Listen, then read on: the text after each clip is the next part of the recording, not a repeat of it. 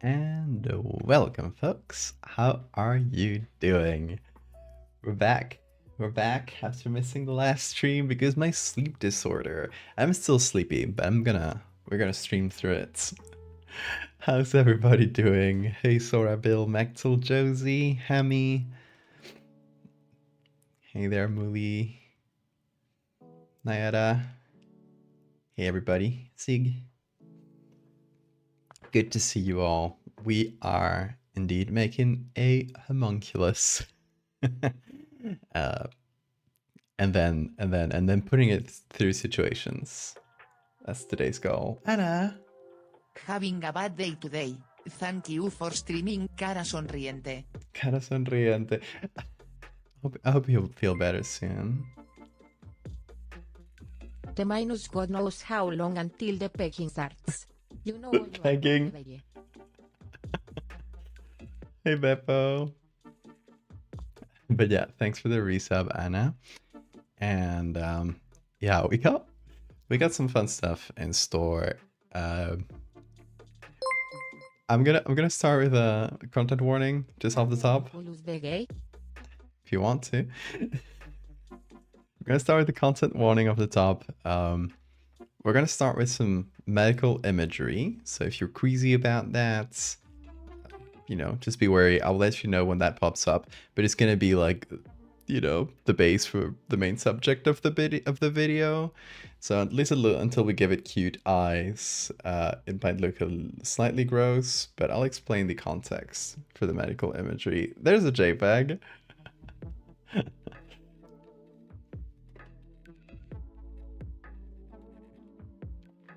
feel better when the pegging starts. It has begun. Glad you were able to recover from your messed up sleep schedule. That's my trick. I never recover. I just land on a part of my cycle where I get to stream for longer, but eventually it'll go out of whack again. It always happens. It's the eternal cycle with me. And that's okay. I've learned to live with it. It's probably more annoying for you than it is for me. Because I've been living with it for a long time. Hey, Rose. Hammy, you were the pegger all along. Wow, 34 months. 34 months. Thank you so much, Cryptid. I really appreciate it.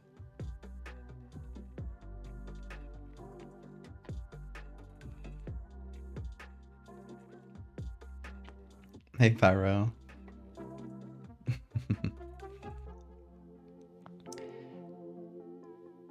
So, yes, we're making a homunculus. Here's the concept, the basic gist for today. This is based on a paper that came out like what, a few years ago, I think. If you saw the announcement posts on Blue Sky and Twitter, etc., you've seen this image.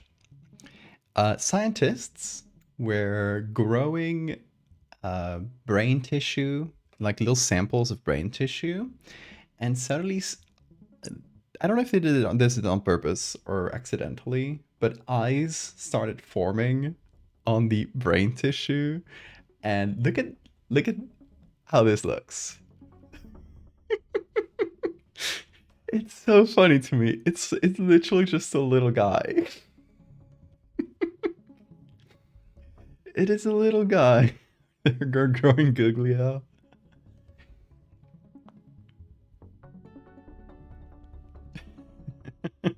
I love this so much.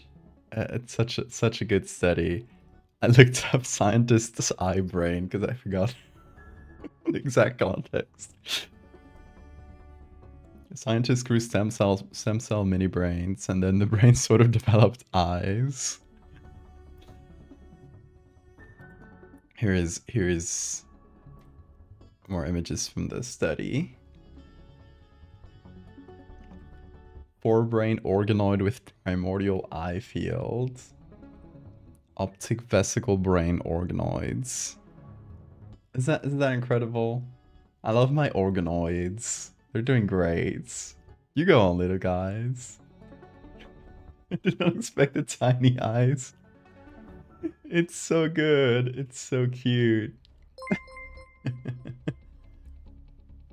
It's got the same sad-looking cuteness of Lopfish out of the deep water. I Right. want to hold it with sterilized hands and gloves, the little thing. They are making man-made horrors, but I can comprehend them. Maybe I'm built different. But yeah, it's just a little guy to me. They're called brain organoids. I don't know. They're literally just making little homunculi in the lab, and you know it's straight up just some brain tissue with tiny little eyes, but just these two eyes give it enough personality that to me it's a little guy now. Like this is a full person, but personality. Also check Bean out. I forgot to put on the Bean cam. He's likely to be activated by the stream. He seems to be waking up. So this concept was so funny to me that I way back then when I saw this, I noted down the idea of making a little homunculi to sort of exaggerate this vibe and the feeling of like scientists making a homunculus and putting it through tests. Sort of exaggerate that feeling by making like a much bigger version of this that is like just a flesh orb with some eyes, but just give it enough of a personality that it just makes the experiments that they're doing on it just feel so sad. Hey Tartarus, Slime Rancher, yeah.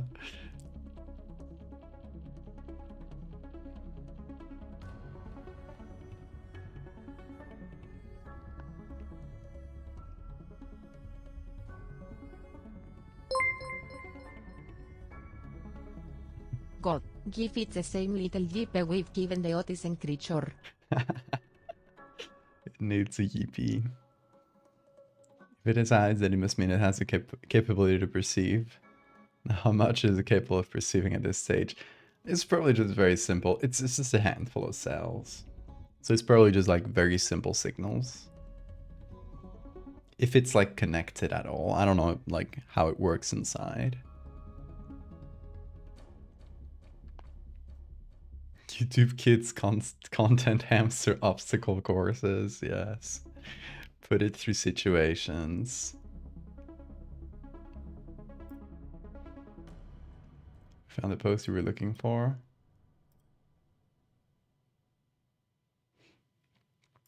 Let's see. Let's judge your posts. This is serious me homunculus flesh puppet that me soul will transfer to in the event of me death. It's got no soul inside it right now, so we keep it in a constant state of euphoria to keep it from massacring me customers. Oh, this is the one. Not Christian, but I do believe in the power of prayer. For this reason, I keep a little homunculus in a dog crate under my bed, which I have raised as a devout Catholic. Whenever I want something in my life to change, I poke him with a stick and he clasps his grubby little paws together and starts chanting in Latin. His prayers always go through because he has never known sin. I love that. Infinite prayer glitch.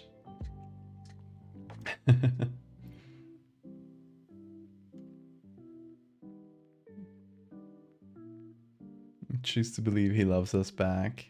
We'll see if he loves us back by the end of this.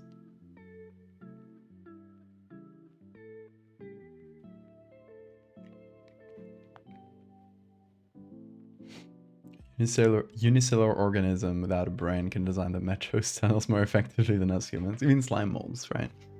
Yeah, that slime molds are an interesting thing. But they don't do it that way because they're like thinking about metro stations. They just like plan out or you know, find the most effective way to like move resources around its body, which makes it like a good analog. But it is only designing metro routes because humans have put the thought of applying that model to real life. So it's really humans who are smart. Slime also really interesting though.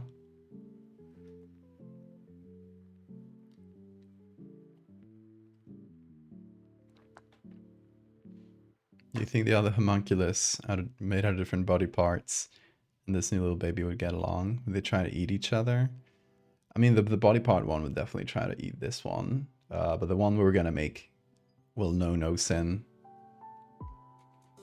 It is a creature of pure innocence.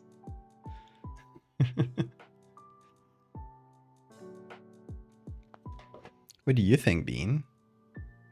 You gonna give me a kiss? No? Oh, just a big yawn. Okay. You wanna say hi to Chan, Bean? They're right there. Yes.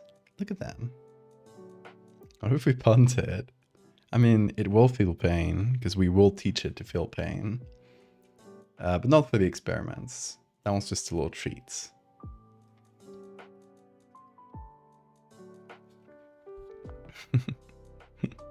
Yeah, oh, housekeeping. Let me get this. Let me talk about this right at the top. Dreadfarer, which if you don't know is the game I made with Neon Rods, is out as like its final print version. So, if you want to get it, you can get it digitally, and you can pre-order the physical version so that when we send them all out to the Kickstarter backers, we'll also send one to you. Yeah, give that a look if that sounds interesting.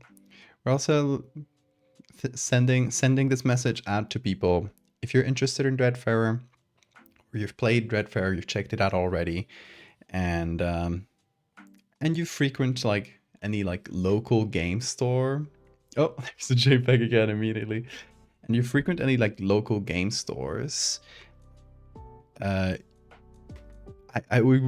would like to like get to sell this in game stores and local game stores, but you know, game stores are usually like pretty indie things. So yeah, if you just frequent any game store, tell the game store people, hey, there's Dreadfarer exists, it's a game, and send them the link to pre-order Dreadfarer, because there is now a version they can get where they can buy them in like batches of 10 at retailer prices. So yeah, if that sounds interesting or sounds like, you know, something your local game store might enjoy, do let them know. And if you do, I will let me know about it. Let me know how you told your game store, and I'll send you little treats in exchange for your troubles. Yeah, in any case, let me share the links. I'll just share the post I made, which has the links. That way, if you don't want to buy it, you can share the post as well. There we go. You got 2 links under here. This will get you the physical pre-order, and this will get you a digital copy. The physical one also comes with a digital copy. Obviously, it's a game that's like better to have like physically. So you can choose, you know, you can choose the digital one if you don't want to like bother with the physical book. But yeah, you can have the physical book here. You got the book itself, or this called the Explorer's Edition, which has the book plus where are these? A big old map. I'm talking big, like A3 size, and a patch, which came out really cool, and 5 postcards, 1 for each main area except for the secret one. So yeah, you can get that as like a little bundle, which I recommend, because you know, if you wanna dish out a few more bucks for it, because it's limited too. Like this will only be like putting these Explorer Edition packs out until we run out of stock. So it probably won't get printed again. So if you want to get it, you should probably get it now if you want to get those extra little goodies. But yeah, check out Dreadfarer, and if you've played it, let me know. Have you enjoyed it? or if you've gotten it and still waiting for the print book, yeah, let me know when you do get it, if you enjoyed it. Buy internet retailer files to give to your friends. Honestly, that's a valid thing too. You can also do that if you just want to get a bunch as like mysterious gifts. Maybe like just like hand them out to strangers on the street, like it's a Bible. Watch them get really confused.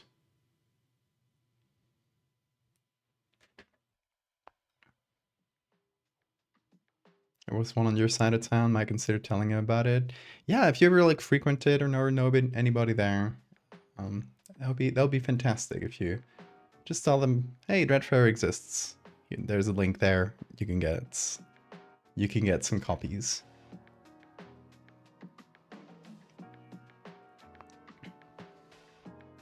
You drew your OC unionizing homunculi. Love that.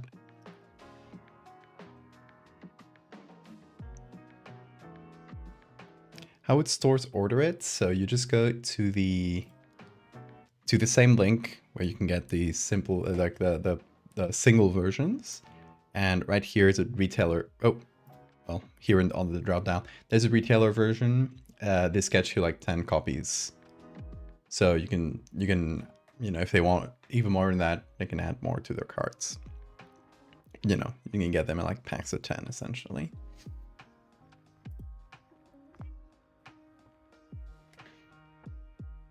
Bean, what's up?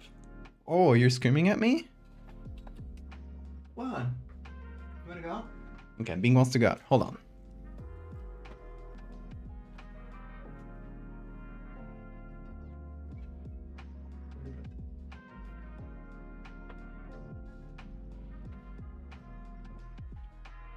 So always waiting for the moment where I start streaming. Do you want to go out? Release the Bean. He has been released. See you, Tartarus. Okay, so let me repeat. Content warning. I'm about to show you a really big lump of meat. what I've been calling the meat balloon. This is a medical image in a surgery. There's no blood, it's just a big blob of meat. But yeah, do be warned. It's a medical image. If that icks you, you probably might want to skip the first part of the stream, and at least until we make it look cute. So, you have been warned. Does homunculus get a name? Maybe. Does it deserve one? Is the question. But yeah, you have been warned. Let's switch to medical image, and I'll tell you about the meat balloon. It's an interesting story. So a follower, not a follower, an acquaintance from a Discord server I'm in, sent to these pictures, and I was like, can I use them? Those are actually amazing. So they sent me a high quality scan of these pictures from their own surgery. I'm omitting their name so that, privacy, obviously. But this is the meat balloon. This is a leiomyoma, which is like a benign growth in the uterine wall, and they can get big, as you can see. I was like very surprised by this. They don't usually get this big, but sometimes it happens. And they got some photos of the surgery, and they were kind enough to share them with me, and I've been holding on to these since like January, and just been thinking of what would be the best way to use this. Today it came to me. Of course, this is the base for our homunculus. Forbidden meatball. Not my uterus anymore. This is a thing that can happen in a uterus. It is benign. Usually you don't get them removed unless they cause trouble. And if they get this big, they're probably gonna cause a little bit of trouble. So that's a good reason to get this removed. Looks like a pink slime from Slime Rancher. It is pretty slimy. It's a uterus thing, yes. It's called leiomyoma. Okay, you've seen this. It's not the worst medical image. It's not very bloody. There are other pictures, by the way. This one, you can see a little bit of the, you know, the actual uterus around it. And we got this one, which is a little broken.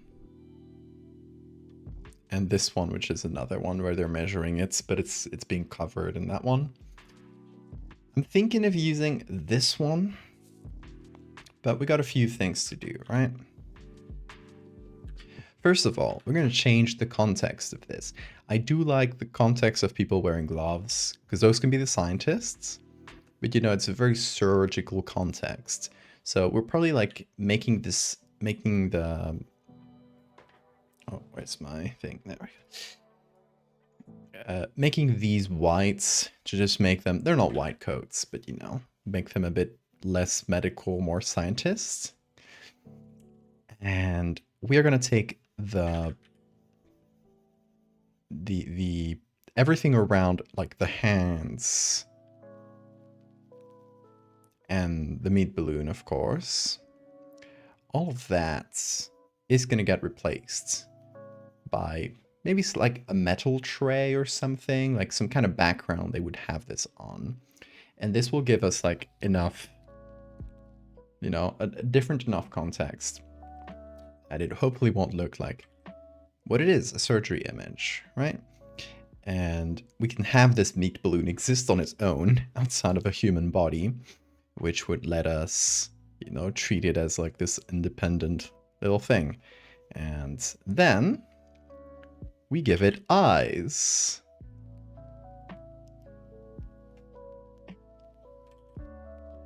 Kind of wonky eyes, probably.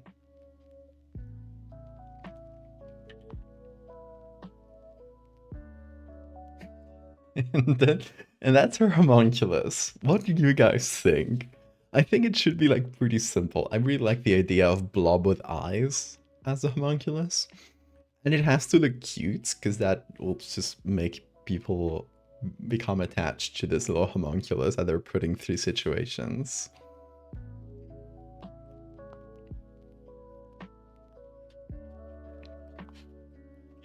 So what do you guys think?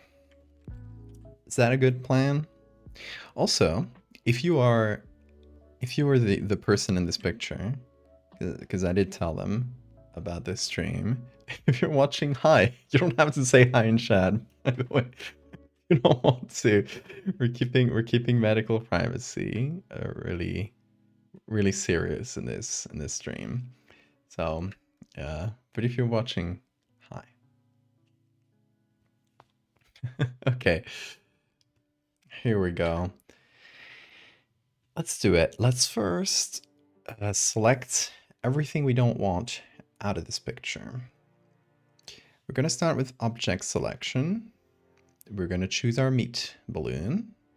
Oh, wrong layer. Right, that's our meat balloon. Now we're gonna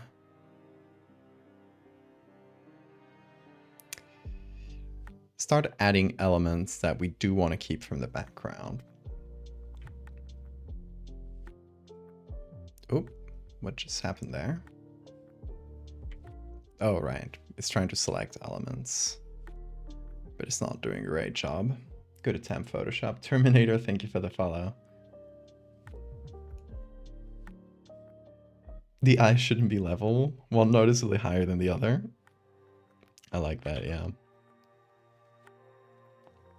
Wait, why did it select? Okay, there we go.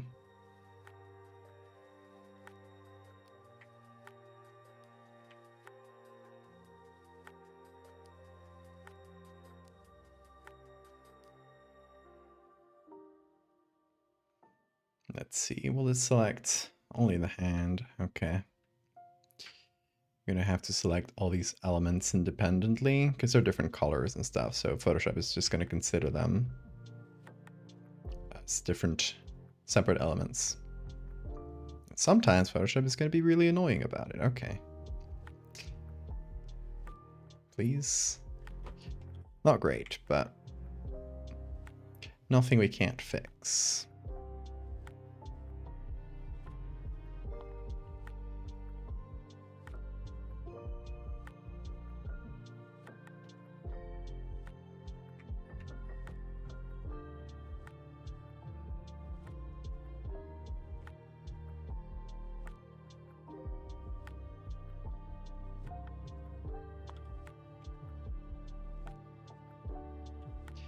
Okay, let's also get this hand in the foreground, and that might be it. I might remove this hand entirely.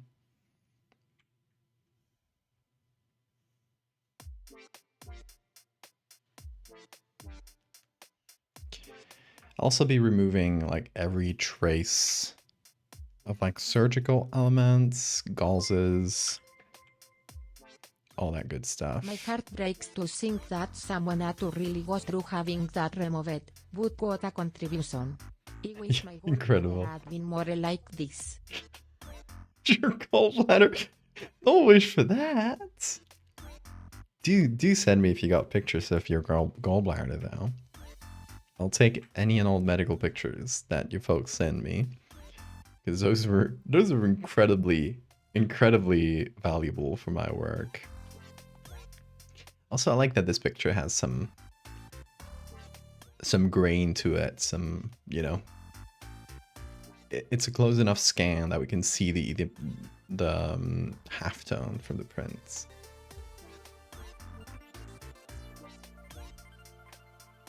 Okay, this should be the person's body, by the way, so we can probably keep this in. And that should be everything we need from this picture. Now we can do the background.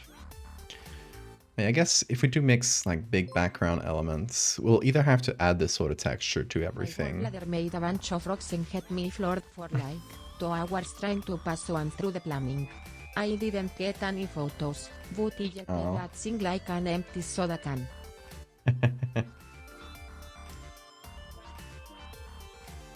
Maybe next time.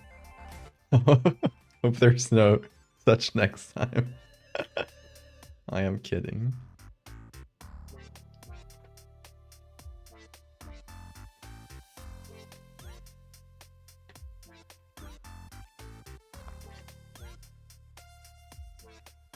What happened if somebody bit that? I mean, it would be like biting through tough meat or hard muscle.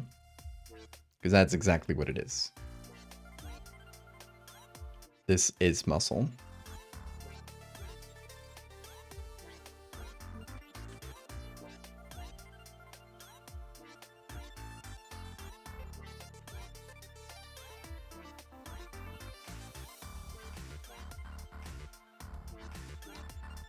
Okay, we are clone stamping all these elements into place.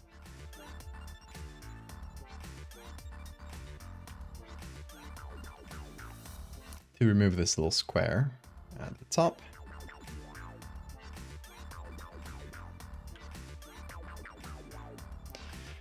And this gives us a pretty good background to start working from. So can it be grilled? Anything can be grilled if you put your mind to it.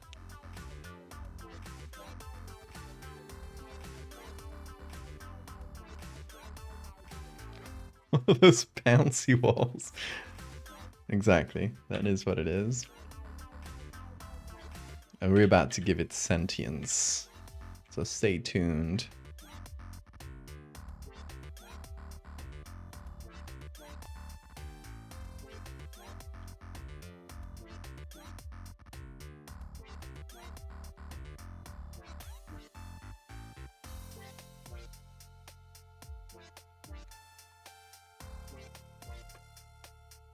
Would this be the equivalent of how many months in a pregnancy? No clue off the top of my head.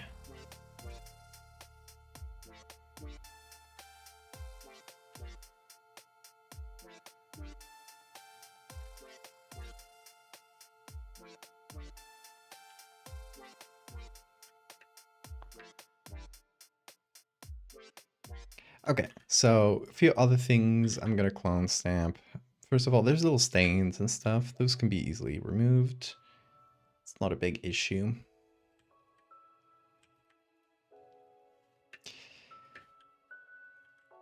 Some things we're gonna remove by just changing the color layer. So once again, not a big deal. Some things, like that little chunk, we're gonna just remove manually.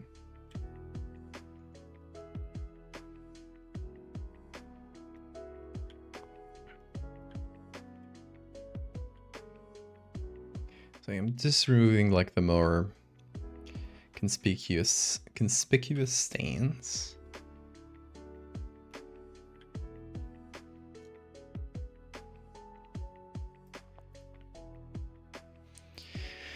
I'm also thinking,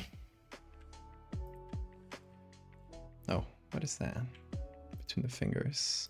It's a bit of shadow, but it's shadow against skin, so we don't want that to show.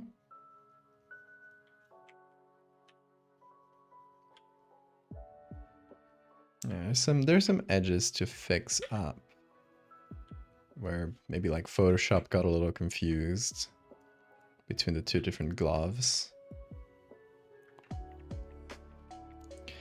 But yeah, we need to change the color in a few ways. So let's start by just going over it manually. I think we make the coats here, the, you know, whatever you call these. Maybe we make those whites to give it less of a surgical impression. We can make the gloves blue, just for a bit of contrast. They could be white as well, but it's not as interesting color-wise. So let's go for blue gloves.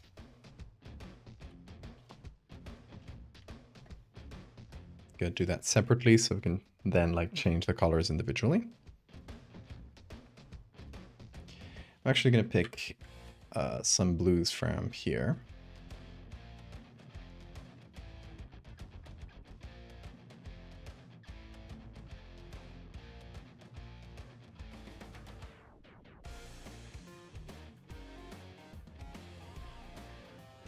If a mosquito bit it, I mean, it would probably find some blood vessels, so nothing too different from if it bit us.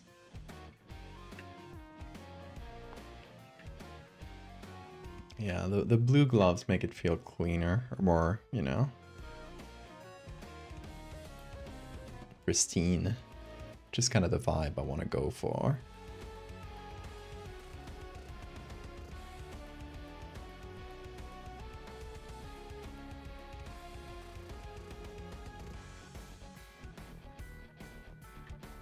It also does a pretty good job hiding the blood and some of the, you know, bloodier bits.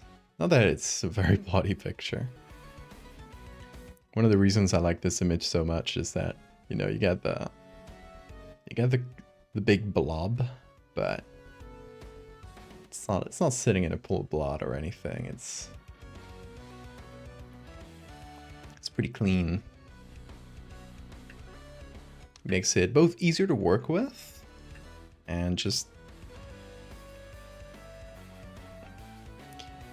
generally cooler. I don't tend to like very bloody things, so.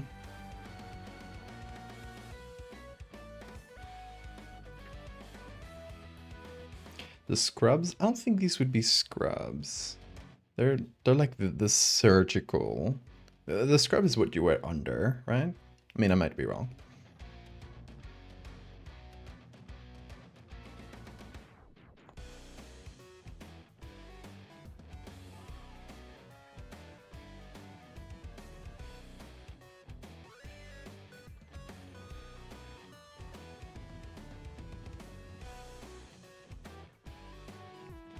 Not like fully changing the color.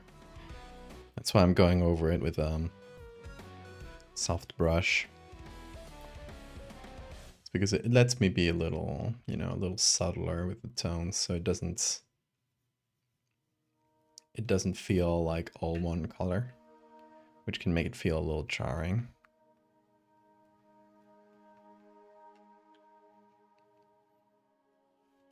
I love the poking finger. I think that's one of the best features of this photo. The fact that it's just going bloop. Like, you know that doctor had like the intrusive thought of poking it and just couldn't resist. And I get it. Doctor, I'm not judging you. I understand.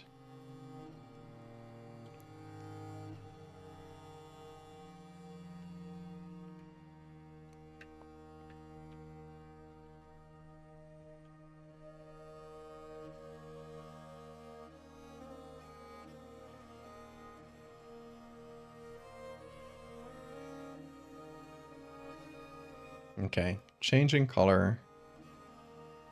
Pretty good.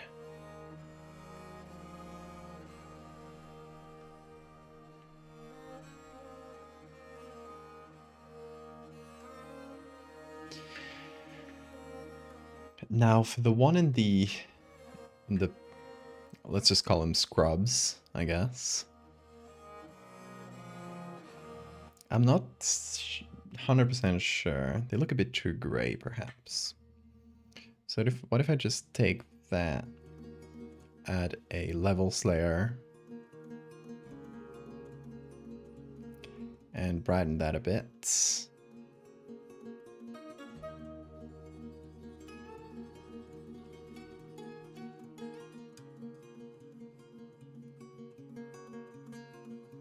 Definitely helps here. It doesn't really help in the bottom here.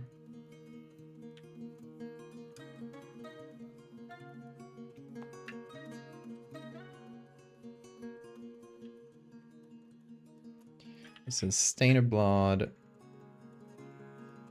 right here, or some sort of stain.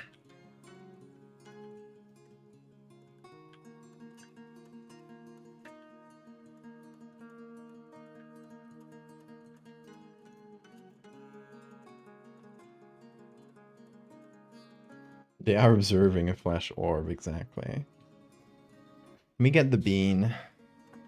It's probably just outside.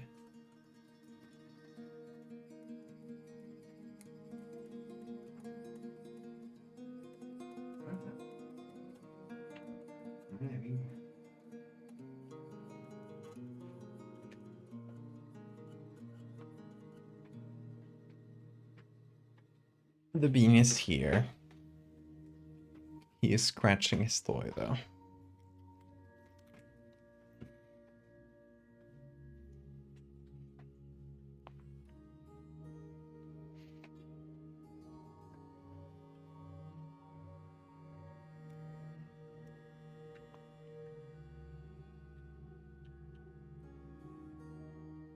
You wanna come over, Bean? Up here? Yeah? No? Okay. It's got important things to do.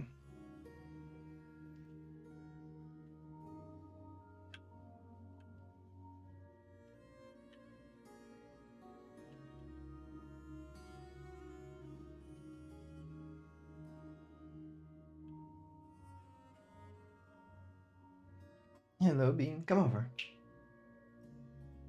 Come. Come over, Bean. Here. Yeah. Oh, I love you so much.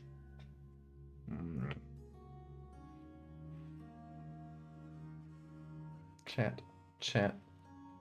Look at him. Hold on. I'm grabbing him. Look.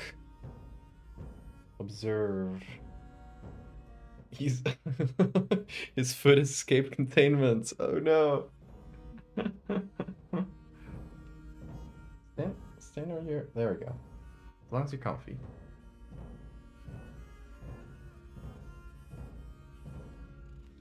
Full 360 bean.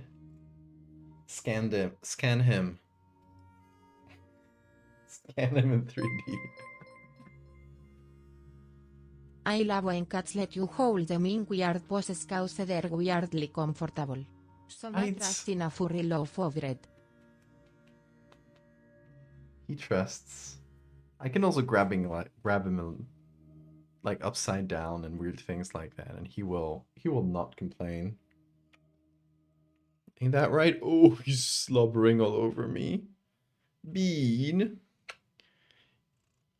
There's snot all over my arm. Can you see snot all over my arm, chat? I don't know if the camera will pick it up. There's a couple big droplets of snot there. Ain't that right? But butts are also one of those things I've found cats enjoy way more than people think. He loves his butt slaps.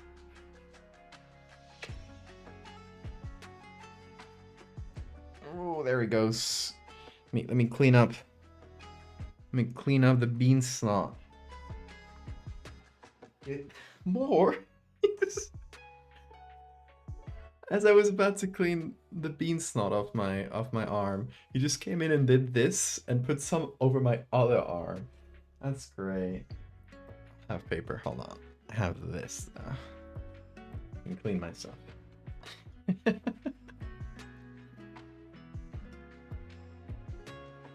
He comes back for more. Yeah, he does. Look, observe. Bean, let's pick you up upside down. Yeah.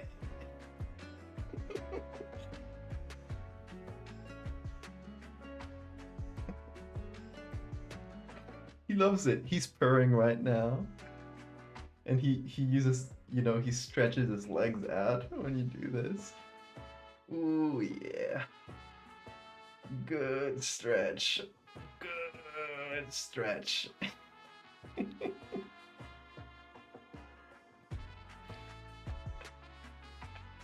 There he goes. You want more? He's still here for more. Yep, he wants more. Oh, okay, let's do a second. Let's do a second one. Oh, yeah.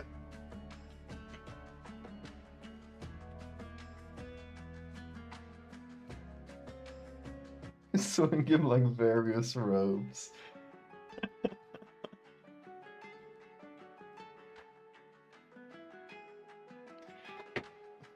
Bean themed tarot deck. Yeah, the hangman is upside down bean. The tower is just this. This. The tower. The lovers.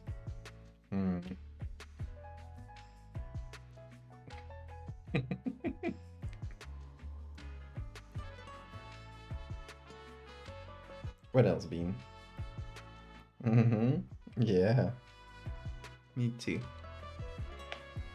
Love you, buddy.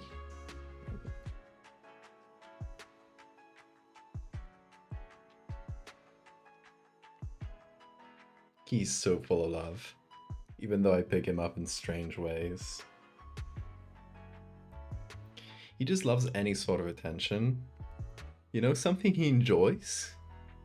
And I'll pick him up in that position I was, holding him in before. And I won't throw him. I'll pick him up and do this, fall really fast with him. So he feels like he's falling for a second, and he does this with his fingers. He loves it. It's like a little adrenaline jump for him. It's like a tiny roller coaster. He goes crazy for that. He likes the strangest things, right, Bean? He likes falling in a safe way, of course. I never actually throw him. He's always in my hands, right? But I'll pick him up and then just jump really fast like this. Isn't that right, Bean? Yes. And he comes back asking for more. Why are you sitting like that? Are you comfy right there, Bean? Yeah? Oh yeah, you are. Crawling into a soda can box and getting yeeted at the bed. Like a little spaceship. Spaceship Bean. Destination. The sun.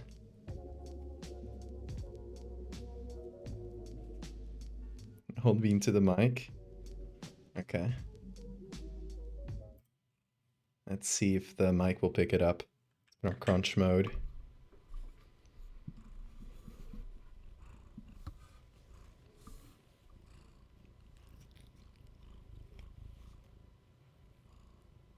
Can you hear the purrs? They're pretty soft right now.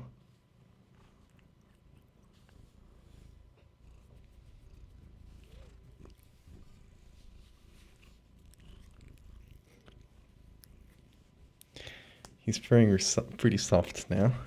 Oh, are you climbing me? So full of love. Purr for the mic.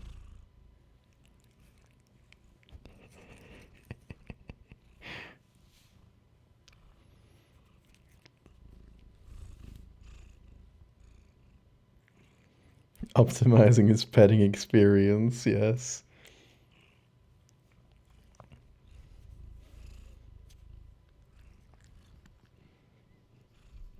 Oh, there he goes. He's saying hi to the mic. Came in and saw a cat that looks exactly like mine, behaving exactly the way she does. We have a bean clone in the chat. Hi, normal human. Say hi to your kitty. Anyway, I hope those purrs were audible.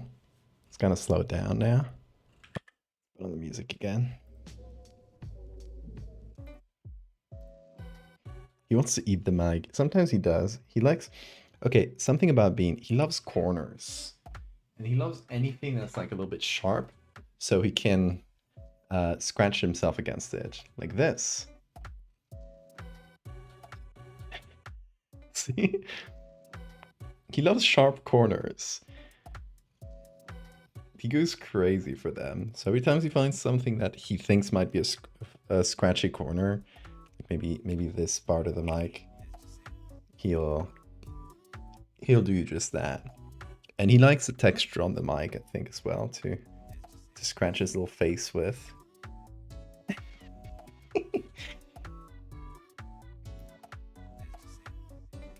Oh.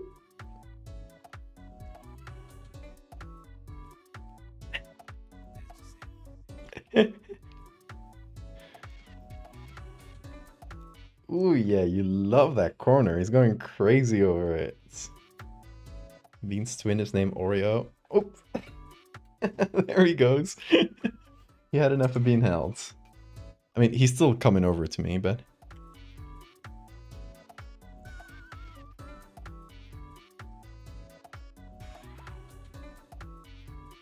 Okay, I'm here for our homunculus, but it is wonderful. Exactly. Bean is always the protagonist of the stream.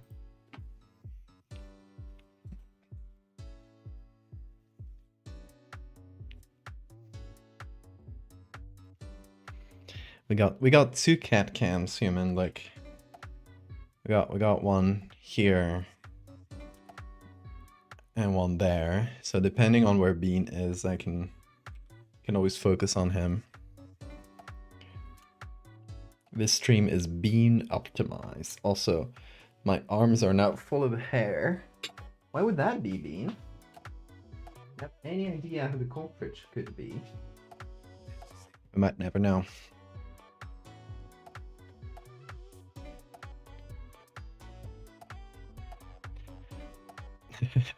Okay, so yes, our homunculus.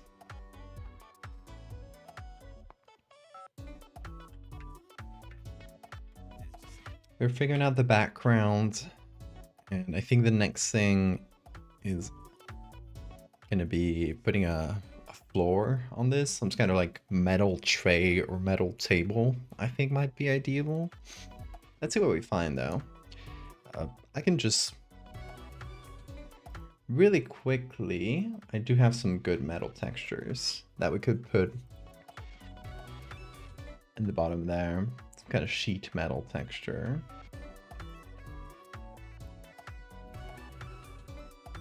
Whoa, good screen beam.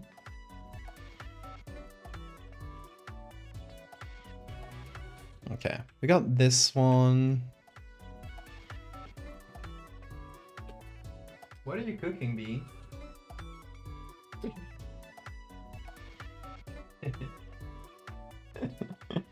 He's trying to eat the rug. That is a homunculus. Take her. Well, it will be soon. It just needs eyes. But its form is more or less complete. We're figuring out the background though.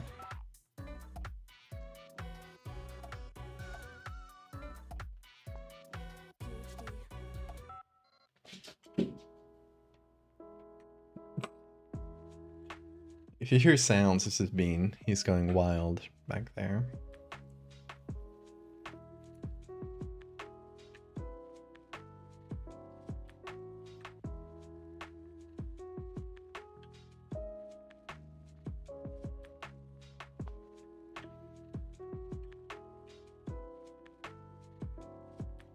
Okay, so yeah, I think that the edge of the table should more or less fit.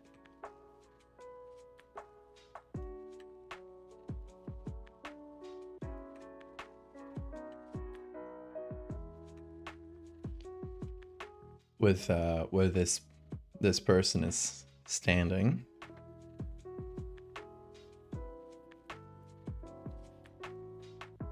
And rolling perspective. I've had a few years of experience doing sort of this perspective thing on the fly. Not that I always get it correct, but at least to get like a first approximation. Instincts is generally pretty good. So we got this other texture, which, you know, we could mix them together.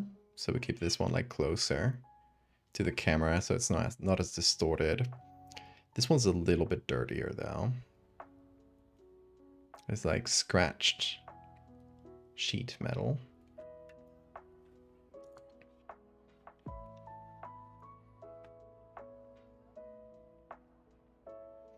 I'm also thinking, since we have removed a bit of the image, why does it move when I do this? What? I'm just moving my... Okay. No, it stopped working. Oh!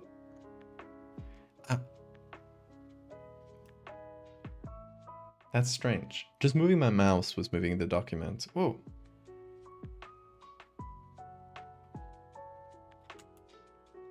Is it? Okay. I think it might have made my scroll wheel doing something weird. Anyway. Yeah, I was thinking of probably cropping it just because there's like not a lot going on here, and rule of thirds would dictate that our homunculus should be somewhere around here. Just at the corner, one of the intersections. It feels a bit better, right? Composition-wise. There's also like less background to do, so win-win, I hope.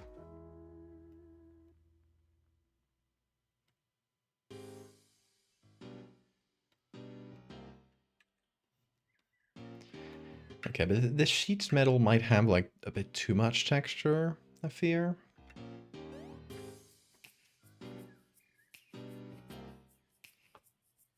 Artificial human face made of real skin. Nah, it's too scary.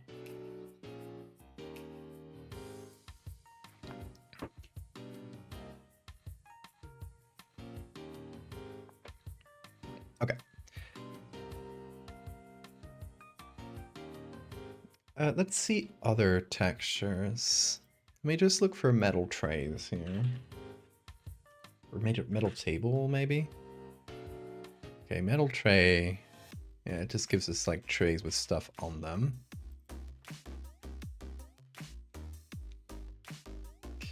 I want something that would belong in See, this one has some nice... It's metal, I think. Yeah, there's a metal table. There's like some nice volume to it, despite having this on there. One of the things about choosing a metal table is we'll have to do reflections on it, but you know, it'll probably help us out.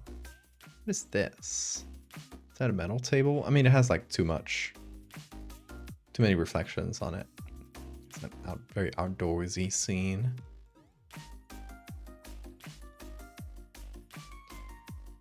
Okay, we're starting to get a lot of other tables. Oh, there are still some metal tables.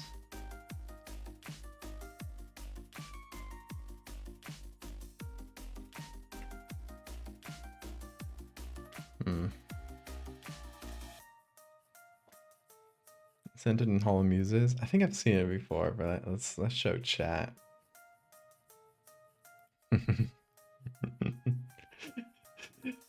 It is so scary. I love its little eyes though. Hello, Bean. He's talking.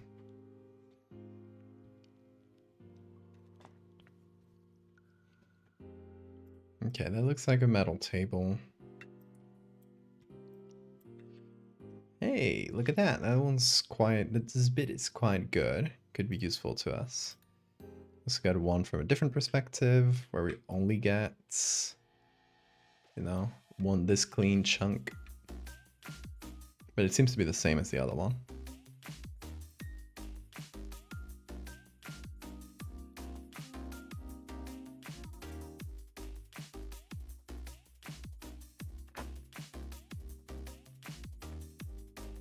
Oh, here's another one from, looks like the same scene once again.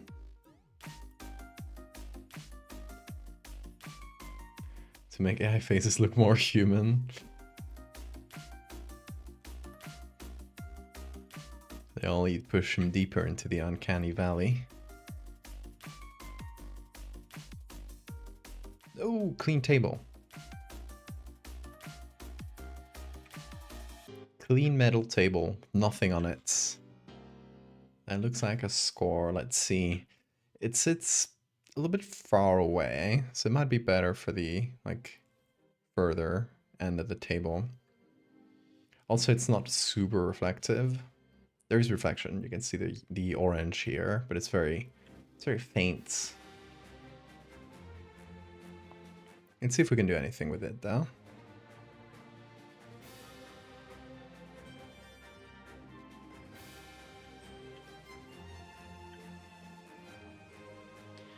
Let's see how much perspective needs to be adjusted. Definitely will, but how much is the question.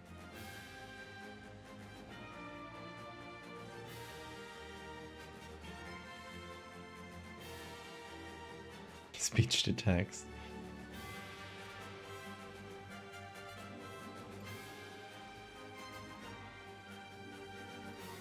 Oh, you got fireworks? Wait, wasn't the... Oh, it was 4th of July, like, a few days ago already? It was the weekend, right? People just, like, using their leftover fireworks.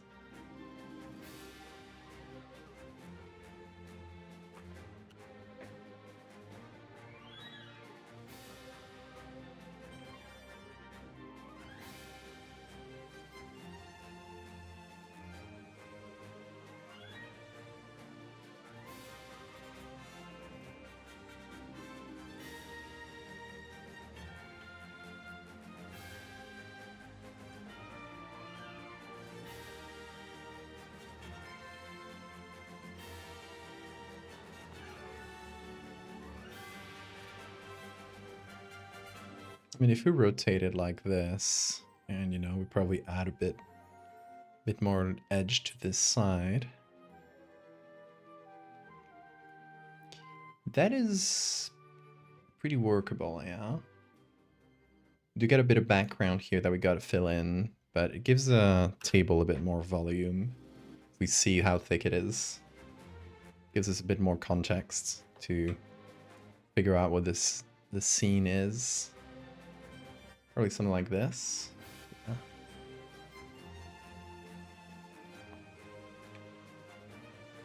Yeah. Okay, now I'm gonna have to fill this bit in. So what you talking about, Bean? Well, you gonna come over? You just gonna stay there and stare at me? Okay.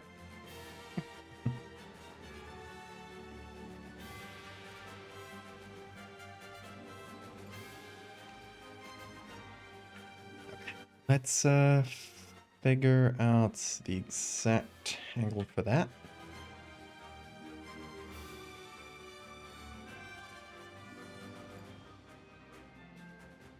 That looks good. Okay, so that removes that chair. And let's put this one in convert to layers. No, doesn't work. Okay. I was thinking of using some of the floor from this scene too, since it's going to be similar lighting. I don't know if there's a lot of like clean floor though.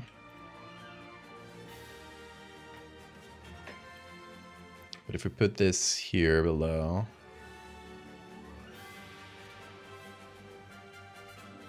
I mean, it's probably just going to be dark right under there.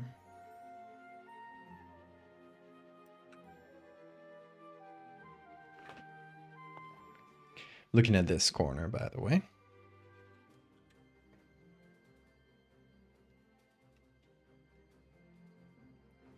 Oh, thanks for the save reminder. Oh, what did I do? There.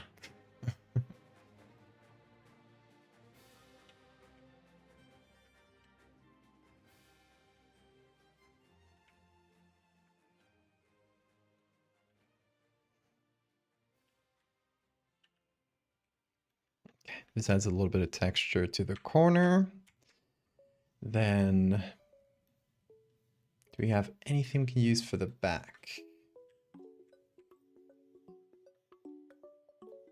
Not a ton, really.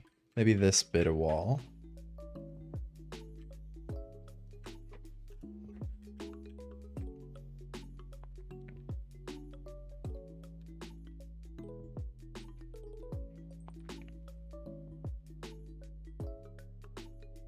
At least for this little corner.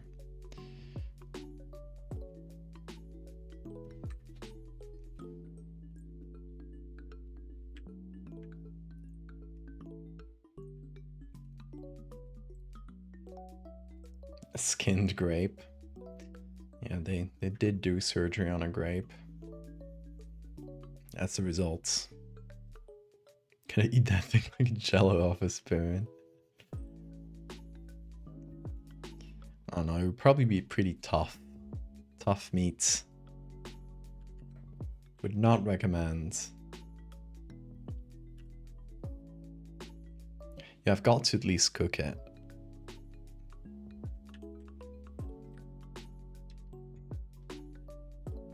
It's my neck full of bean hair too. I wouldn't be surprised. After Bean just used me as a climbing pole for a bit.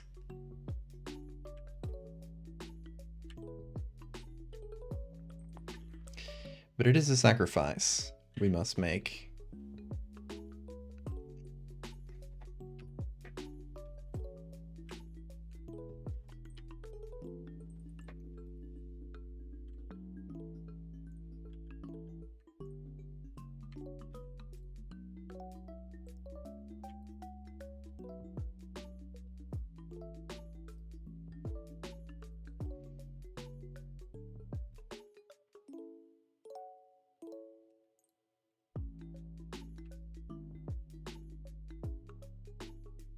Okay, let's see if I can do a bit more of this wall.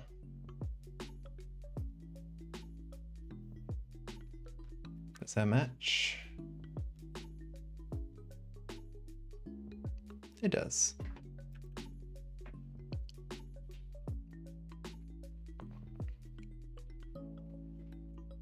I am growing cat hair.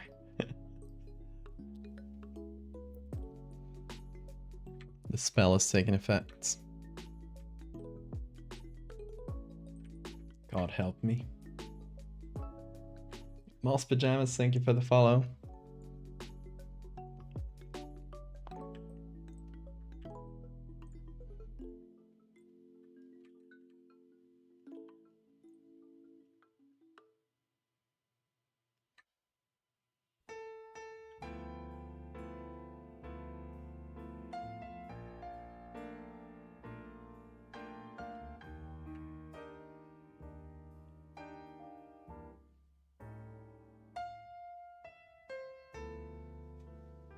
I don't love that for background.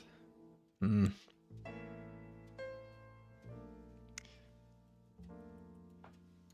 figure something out.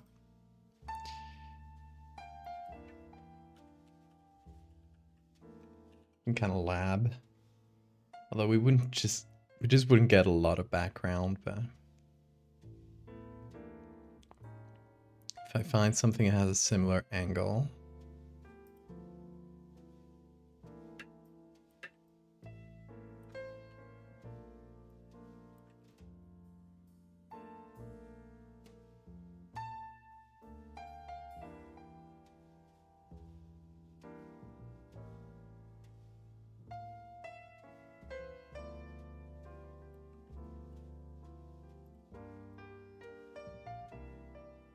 Like, I don't want something very fancy. Just want something plausible, to be honest.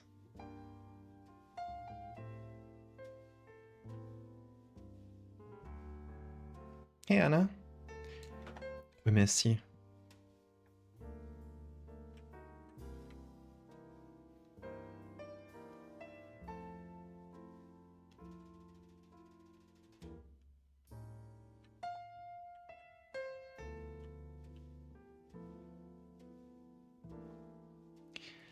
It is a possibility with this background. Still not fully convinced. Let me see if anything like catches my eye.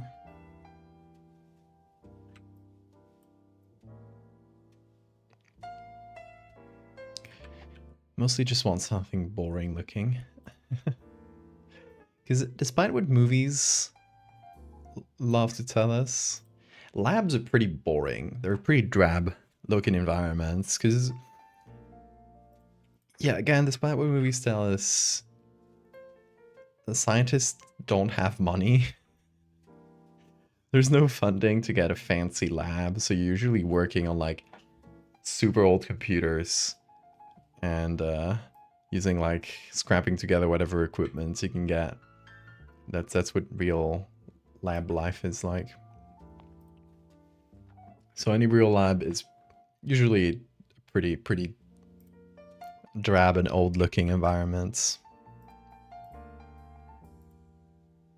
Yeah, this works pretty well, this background. It's just some like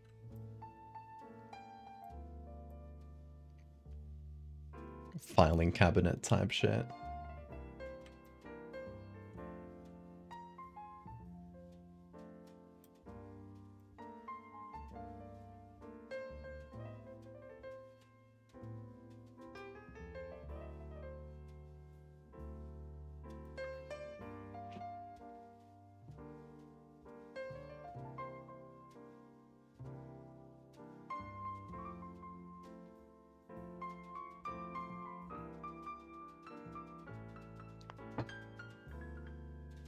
What your skin probably looks like on the inside.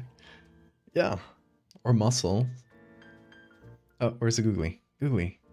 Where did it land? The googly is somewhere. There it is. Now we can adorn it with some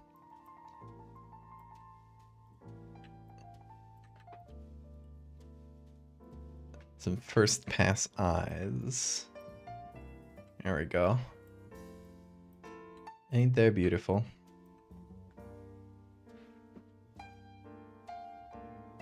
Hey, Boris.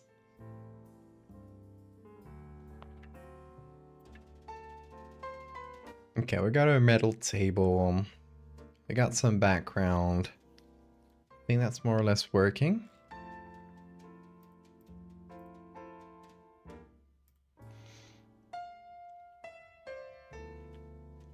Now we need to do shadows and reflections between the background and our subjects, plural. Because obviously, you know, when this was a surgery pic, everything had its own shadows where they should have been. Filing cabinet type shit. It's the type of shit I'm on.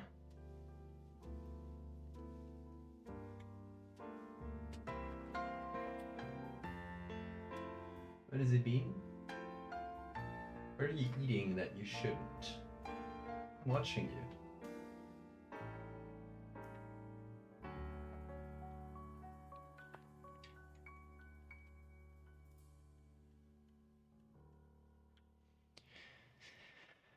I'm gonna have to pass all of this through some kind of filter at the end because of this texture. I could go... Yeah, I got this... I got this from one of the later Texture Labs videos, where he figured out... Texture Labs is a really good YouTube channel for, you know, Photoshop techniques. And they figured this one out for color halftones, which is very simply a pattern.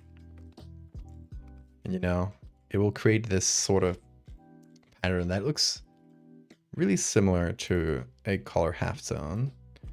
But, you know, you gotta make it really small to match the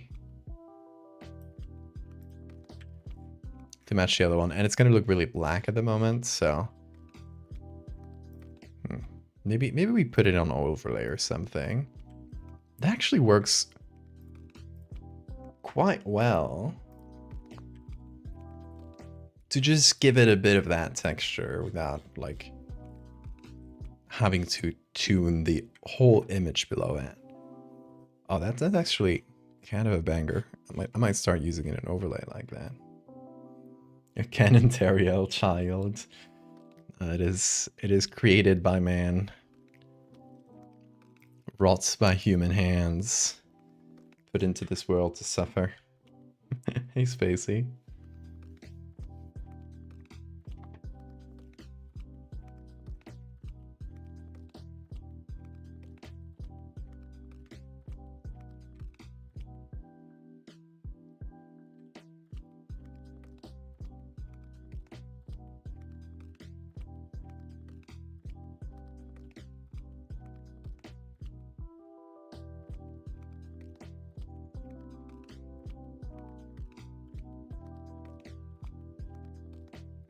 Okay. I'm cutting down the shape a little bit so it's more round. And thinking whether to make it a little bit more round. That would imply essentially like cutting it under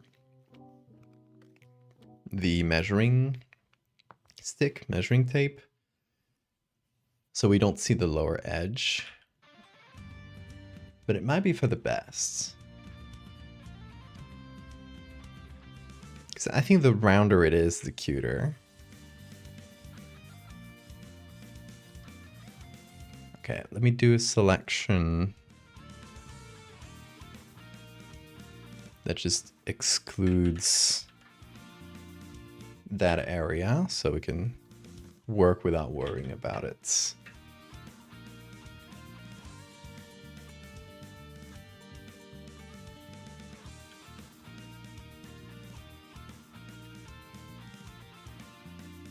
I do want it to have this volume here because of the guy poking it.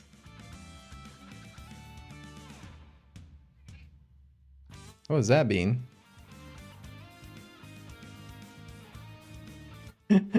Just sitting and making noises at me.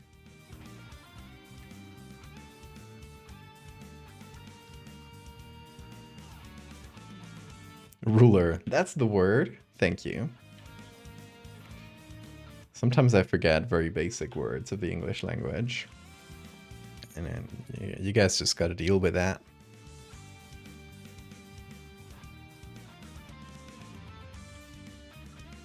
Son of man, the ultimate life form. And it's a good name for it.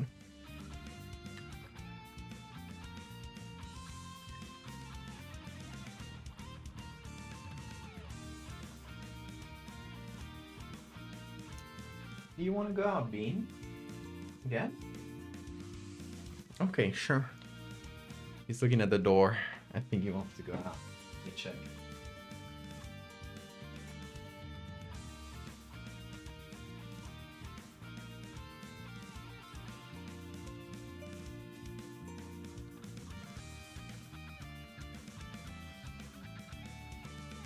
He sure did.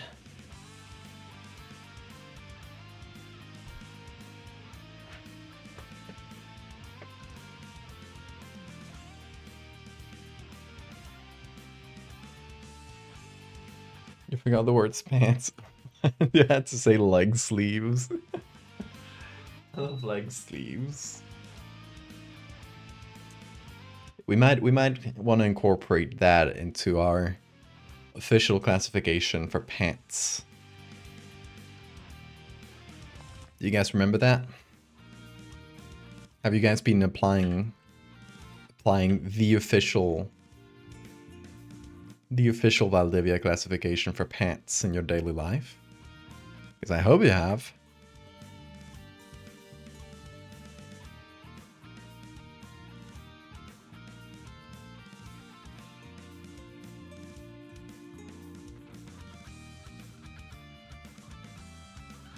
Remind me? You don't remember? Sad. Okay, so it doesn't make sense. The English language does not make sense. There is no word that encompasses all types of leg wear that is formed by two tubes, right? Why are shorts not pants in your language? It doesn't make sense. Spanish does it much better. We have the word pantalón, which is kind of pantaloon, I guess, if you call it in English, which is pants. And then when we say shorts, we just say pantalón corto, short pants. So if you say pants, you know, it could mean any sort of thing. It's a word that encompasses many concepts, but encompasses all leg wear. So English doesn't have that, and I find that ridiculous. So my official pants system goes as such: everything that starts with one tube and ends in two tubes, pants. Pants can have many types within, but mostly, if it goes all the way to the end, all the way to the foot, that's long pants. Longs, if you will. And if it goes above, below the knee, you know, can have different cutoff points for them.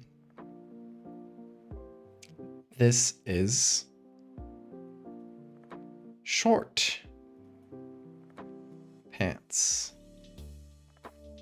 And then, of course, like, there's other, you know, there's skirts and stuff, which is one tube that ends in one tube. That is not a pants.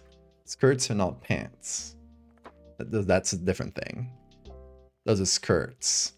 But anything that starts in one tube, ends in two tubes, pants.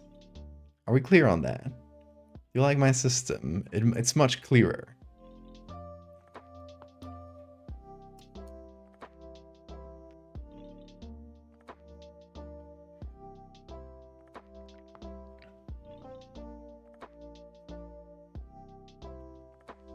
The word was originally short pants, but it became shorts over time. Yeah, in doing that, you took the word pants, which used to make sense, and now it only applies to one type of pants? That's madness. Important research happening here. I'm serious about this. The English language should adopt this, like, right now. The way you guys classify pants makes me so mad. Keep watching until the darkness takes you. Keep watching my pant diatribes. Every streamer needs one thing to have get really weird about categorizing Val chose pants. You gotta choose your battlegrounds. Look, you can't win anywhere, but maybe we can make a small win in the world of pants.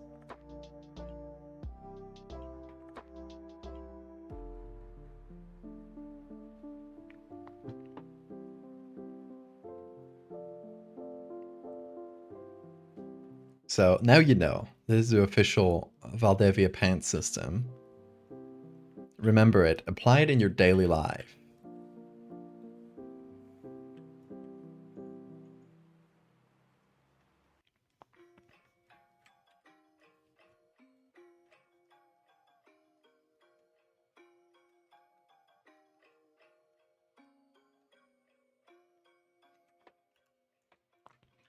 And if anybody gives you shit about it, for using it, you look at them like they're crazy and say, that's how it's always been. What are you talking about? Just gaslight them. Gaslight them for me. Can you do that? Can we gaslight the worlds just a little bit, just for fun?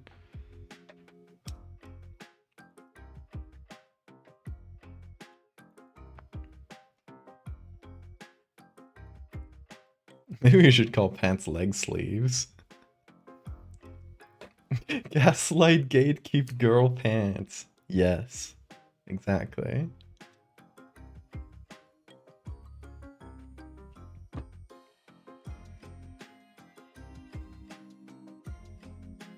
So you guys get it. You guys get it. We are literally at the forefront of the English language right now. We are making the decisions that will be in English textbooks in hundreds of years. And the books will say that it happened here. Become a part of history. Start using the Valdevia pant system.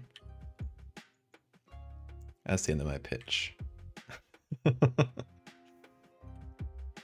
I hope it works. Reject pants entirely, return to wizardly robes. I'm not saying that's a bad idea. Then we can have both, though. We can have both.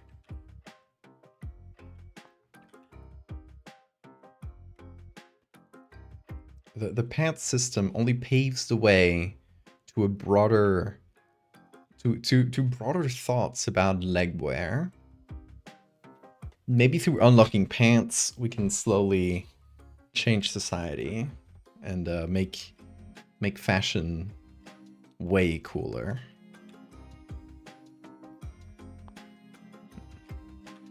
Like, indeed, bringing back wizard robes, which I fully support.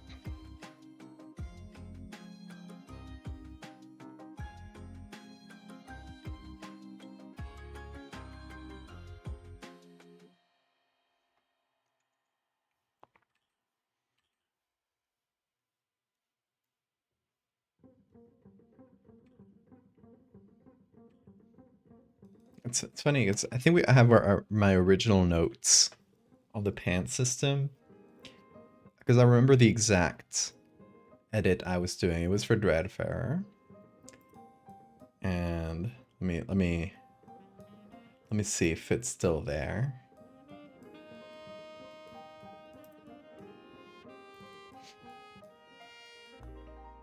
So it was while making this area of Dreadfarer.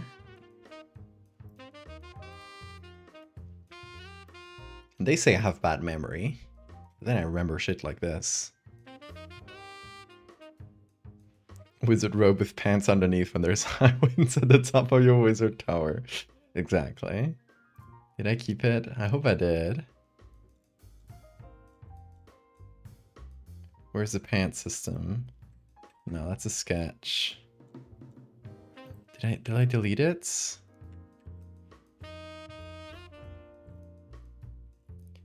Fuck. I might have. Oh no, it's here. Here's the original notes. It's talking about, you know, the Spanish classification. See, like, pants and shorts, there's not a word that encompasses both things. Shants? Ports? No, it makes no sense. Pants should be the common word, and shorts should be a modifier. That's what I was cooking. That's what we cooked that day. Also, if you want to see this illustration in a book, you should get Red Ferrer. Get it?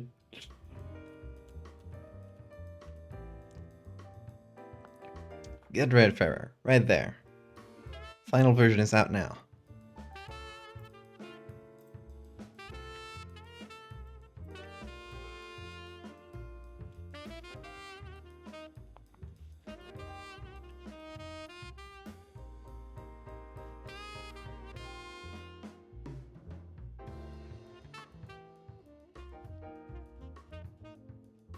Do you perchance have ADHD?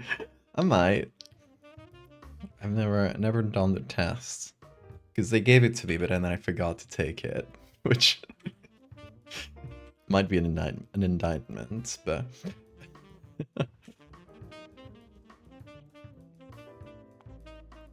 But I do have it somewhere. Like, a psychologist friend of mine sent me the test to take it home. And I haven't done it yet. I'll get around to it.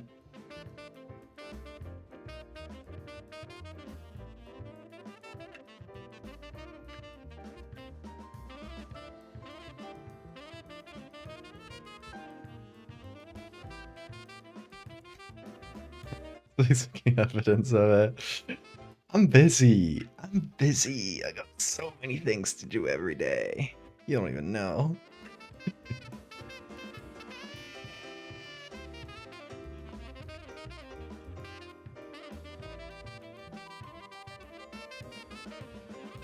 Okay, let's try reflections now.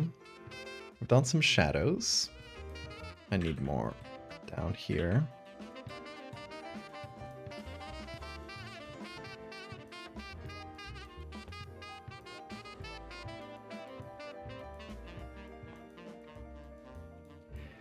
Now we can take this and do a copy. And I'm gonna take our... Wait, why does that work? Ah, stuck. Photoshop was not letting me click. Pretty fucked up on their part.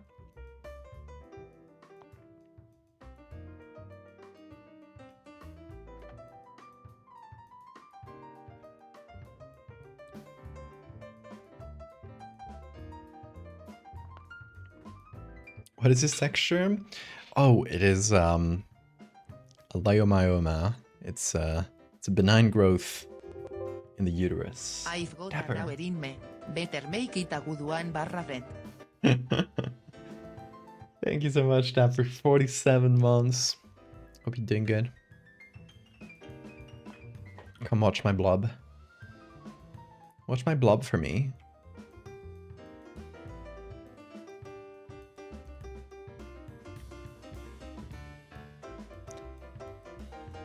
I'm making a selection of this to basically just to make a reflection. So I'm selecting out everything that's not, you know, immediately attached to our beautiful meat glob. That's what we got. And now let me try reflecting this bad boy.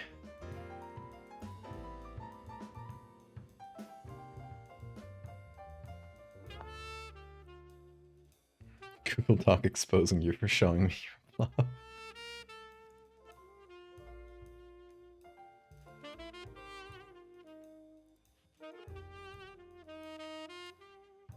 Stop saying iconic and quotable things. I can't stop myself. I'm just that iconic.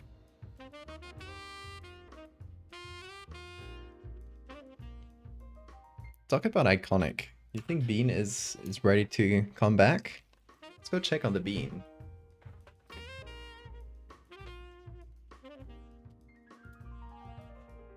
Bean.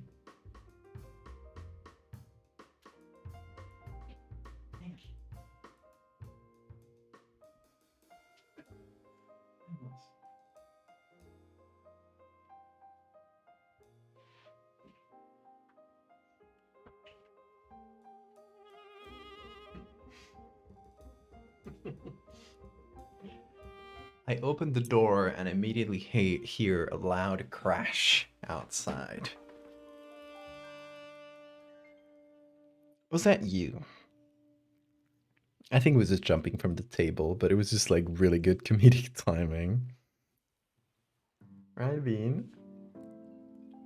Yeah.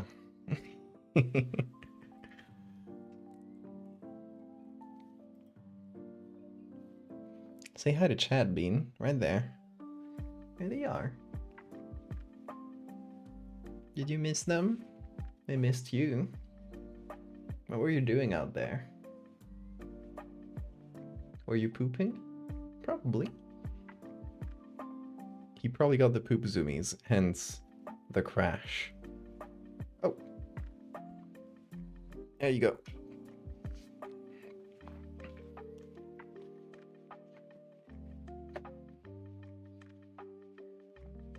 Oop. Careful there, Bean. Careful. Let's turn on the Bean cam. There he is.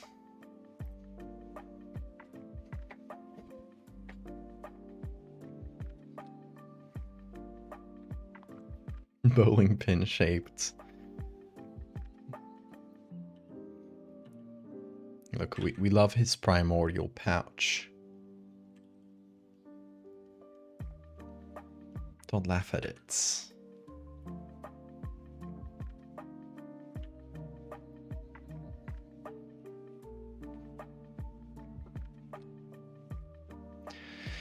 Okay, so the reflection should be pretty soft. Also, maybe should have done this after we put in the actual eyes. So it's pretty silly of me. It's gonna be a soft reflection anyway, so it's not a huge deal.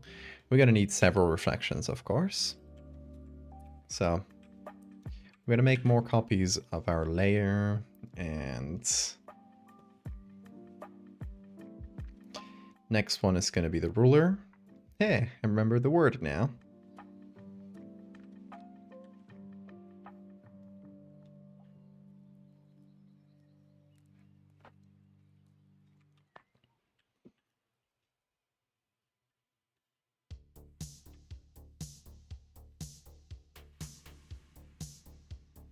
This one's pretty close to the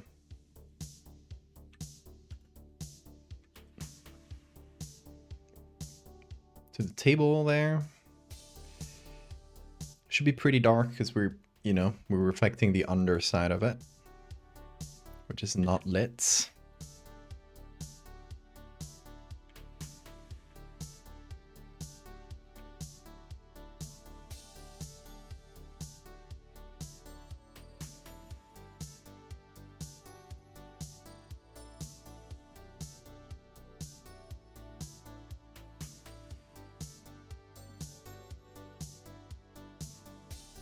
And it's mostly just gonna cover the reflection of the meat blob.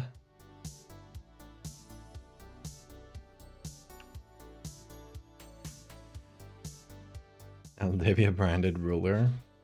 That'd be a good spot for the signature, not gonna lie.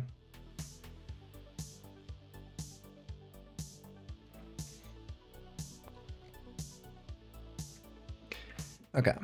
Another reflection we can do is this hand.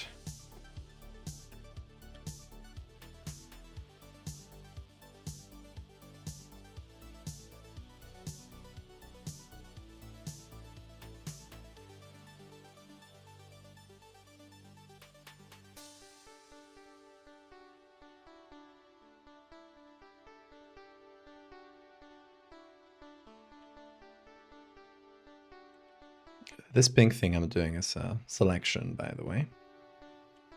It's just one of the newer selection tools. Which is lets you select using a brush. Nothing too different from, you know, stuff we've had in the past, but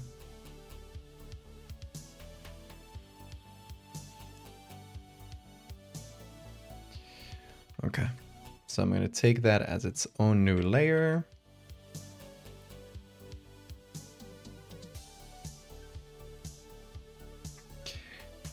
And we're going to try to figure out a reflection for it.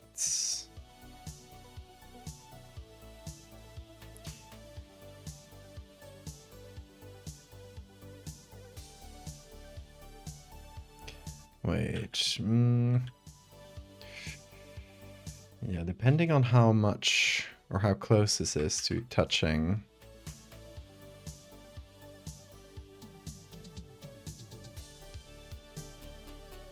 the table. Yeah, the ruler would definitely need to be a lot closer. It's a little annoying. Where are you going, Bean? Are you out exploring? Don't do anything crazy. Have you ever had your art properly stolen, like someone taking credit for it? Not credits, but like entirely removing credits, yes. Bean. Bean. Come over here.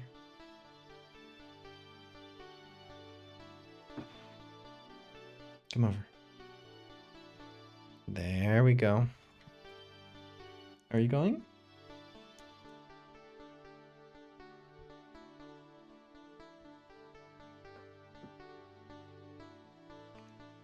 Just waiting for a good scratch.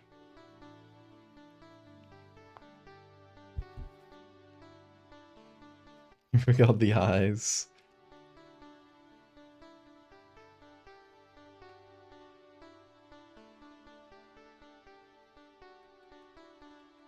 Yeah, I should have done the reflection for the blob at the end after I had done the eyes, but I forgot.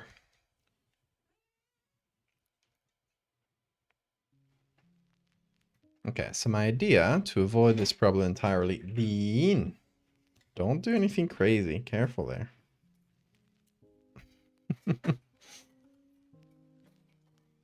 Bean, no, that's my pens. You can't have that. Oh, the album art. That is true. Yeah, I forgot about that.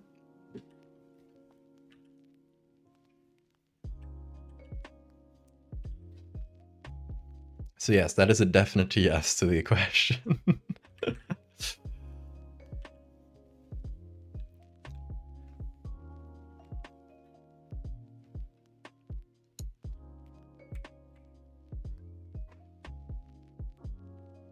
The TikToker, yeah.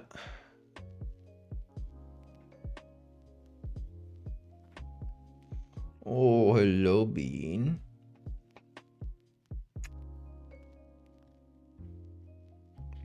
And yeah, the finger teeth were, you know, posted by actual doctors trying to farm engagement on social media. Whoop. Did you want to stop the music? Okay. I guess Bean didn't like this song.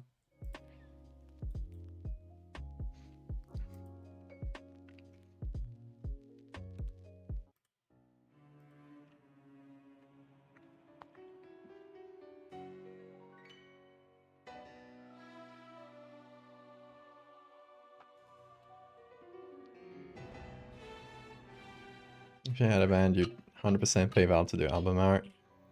I'd love that.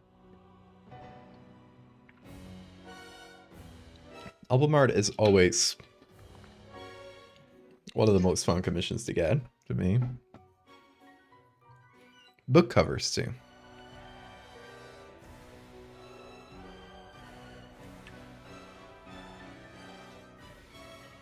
Okay, I probably need to move this up a little.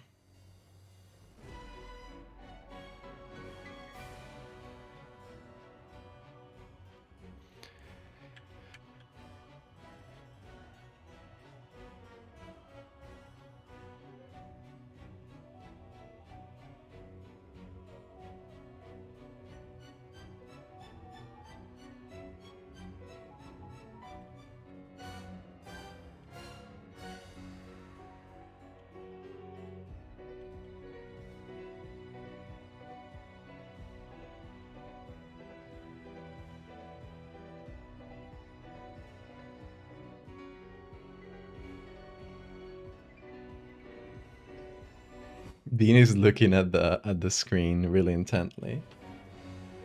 Are you learning Photoshop, Bean?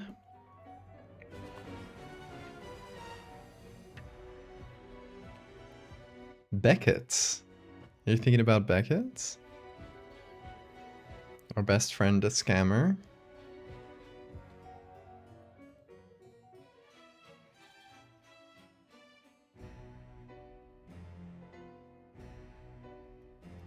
Ooh, Bean, what are you doing? Do you want to do art, perchance? Of course. Why, you only need to ask. Let me create a little canvas for you.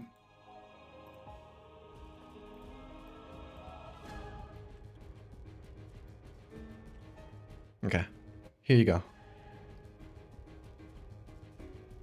Whoa, okay.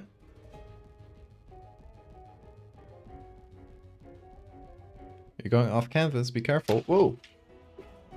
Alright. Well, that's our bean art for the day, folks. Let's move it here. That was beautiful. Look at that. It's a simple one, but really pretty, I believe. We will, as usual, take a screenshot of it and post it on the Discord.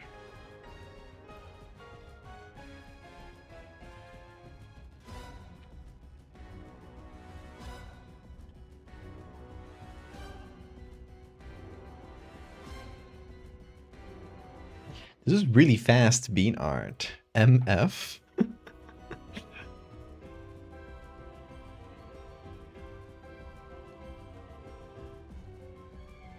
You're actually drawing a monster as you watch this stream? Hell yeah. What do you think for the head? Keratinous horn or fleshy crest? Fleshy crests.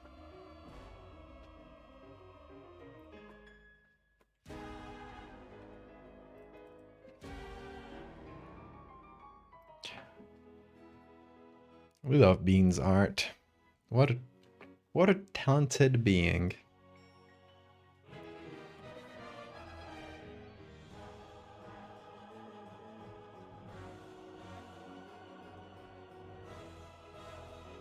Okay, let me do something.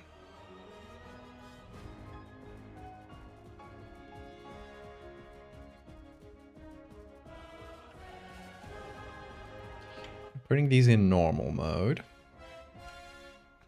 And then we're putting all of that into soft light.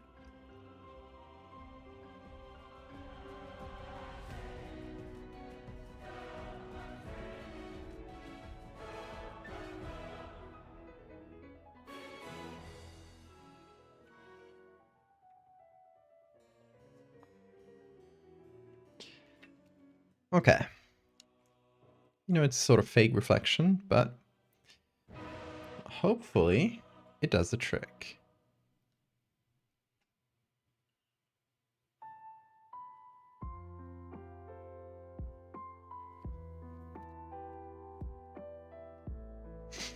You see a minimalist representation of a gathered crowd for a wanking inflatable tube person. Let's see. I can see that. I can see that, yes. I see what you mean. Laos always arrives at the perfect moments. Never too early, never too late.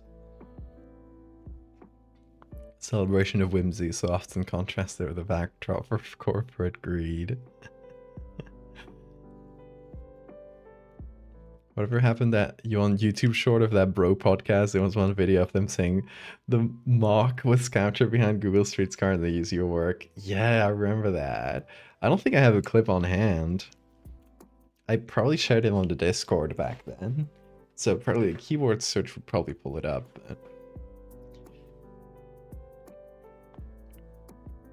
if the clip is still up. Not that I tried taking it down or anything. If they took it down, it was of their own accord.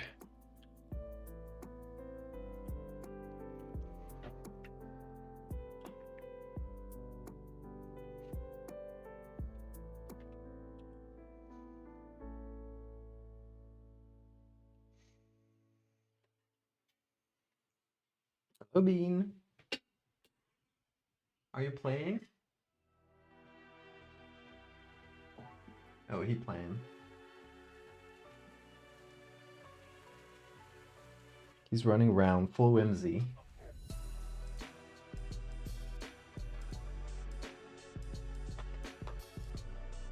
Are those googly hearts part of the edit, or are they? It's a redeem. It's gonna get actual eyes, and actually we're doing that right now. So say goodbye to the googlies for the moment, because they'll be back at the end.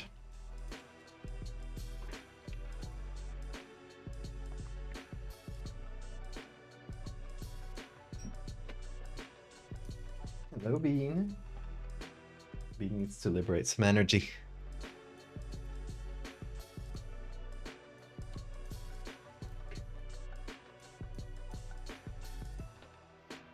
Gotten many new fans from the Jeff video, the falling body video.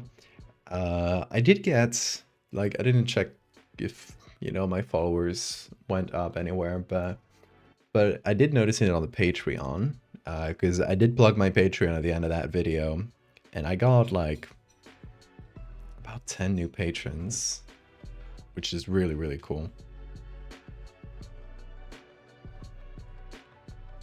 And probably a bunch of them just people who saw that at the end of the video are like, oh, cool, he's in collectible cards. Let me get some. So it means that, you know, people like to even, you know, I don't know how many of them actually knew my art beforehand, but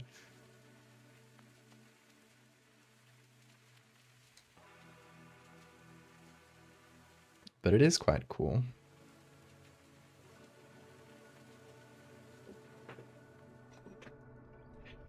Bean. He's attacking my chair right now.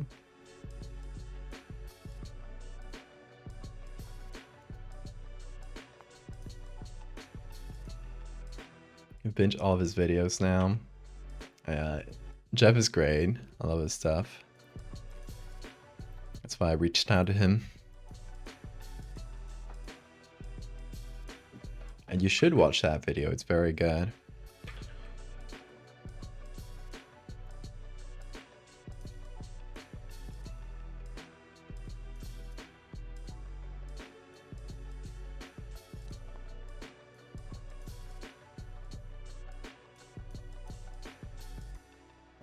Hey, Bean. Where are you? Where are you hiding? Oh, I saw you.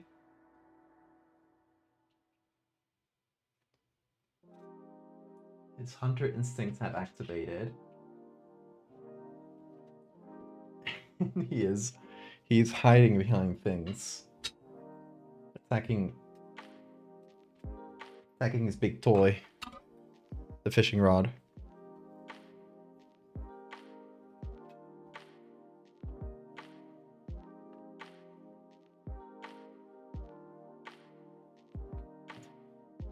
It's going crazy. Go, Bean, go.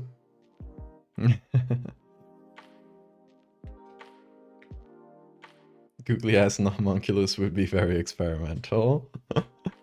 It would. Okay, we need to figure out what the actual eyes look like, though.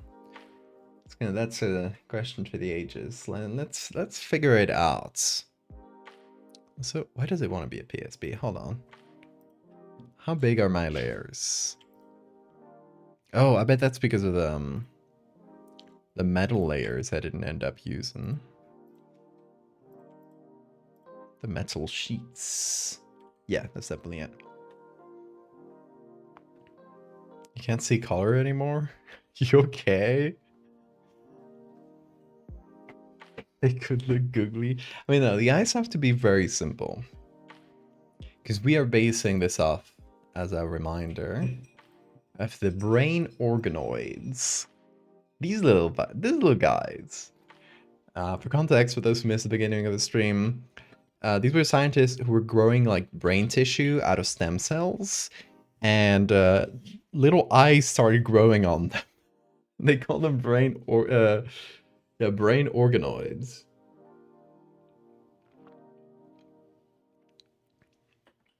It's like tiny but, you know, organized clusters of cells.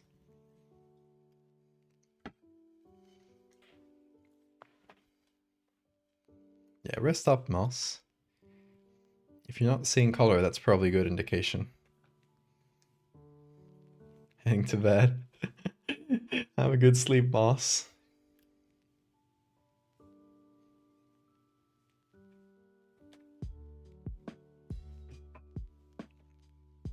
Okay, so that is the vibe we're going for, and that's the sort of eyes I want for our little beasts. Something like very, very simple, but kind of cute.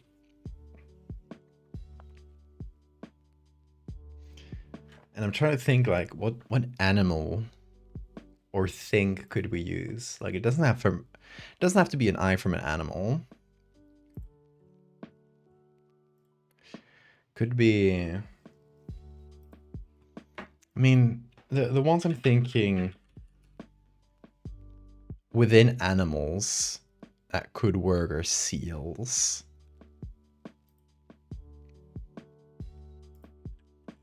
Look at those eyes. It's like all pupil. But they have too much of an eye structure. More googlies. Permanent googly eyes. Hold on. I didn't see that. Oh, that's so funny. Okay. We need to have a version of this image, an official version of this image by the end of the stream, which has the googly eyes permanently attached. Oh my god. I think that might be like the second time that redeem has ever been used. Incredible. You have no idea how long you've been waiting for this. How long have you been saving? It has been years. All for good cause. Didn't you do it too? Might have been Maxwell who did last time, possibly. The permanent googlies. I'll shout out. Shout out to Laos. Okay. We're gonna do this in two stages. Let's do the real eyes first. Let's do the googly eyes second. Gotta remember to do this after we're done with the real eyes out. Incredible. So we will have to do the googly eye reflections. Now we do. Googly is real. Perfect timing. Now let's think about the real eyes for a sec. What animal has or thing has very simple eyes that we could use?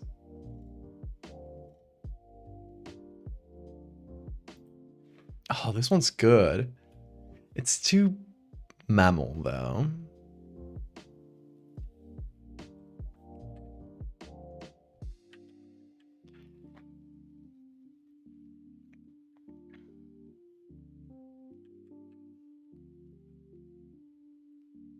It's like looking back at the scientists. Is that you, Dad?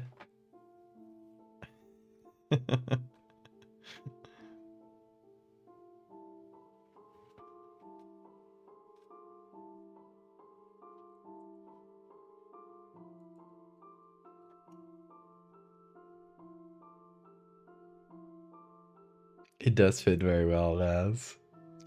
You waited for the right one.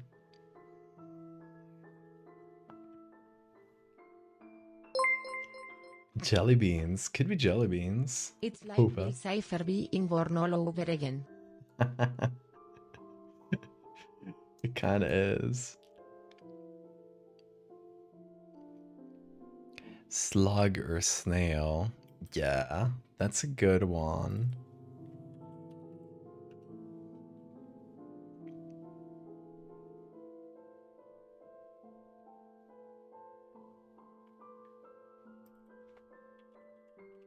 Haunch.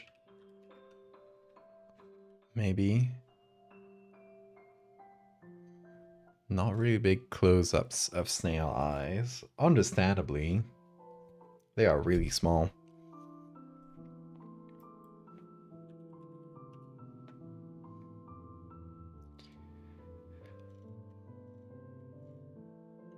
Okay, I want to see a live one though. Yeah, these little... these little guys. They do have pretty simple looking eyes.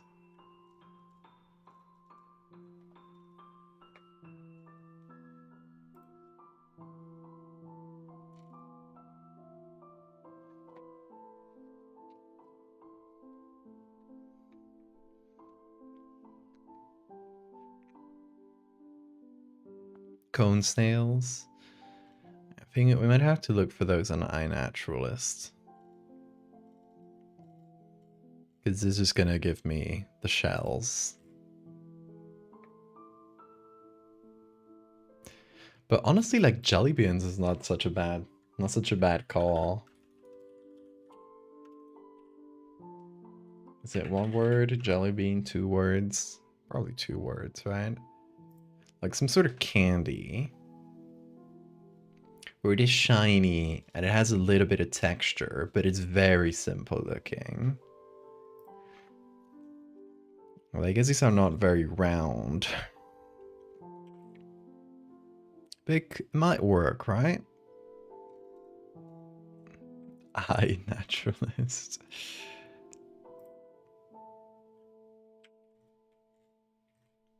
Or some sort of glass bead. Jellyfish.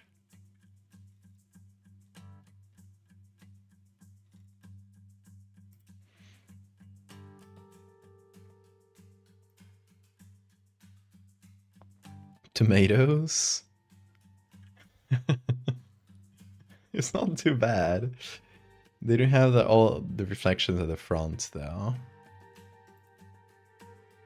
I need some with reflections at like one side so I can line up the reflections with the lighting on the image.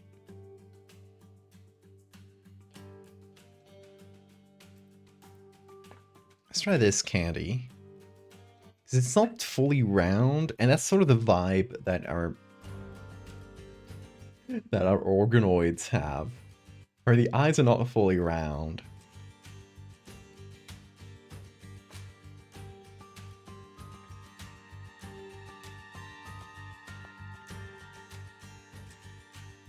Let's see, let me try this one. Obviously, right now it's yellow. But let's imagine. We desaturate.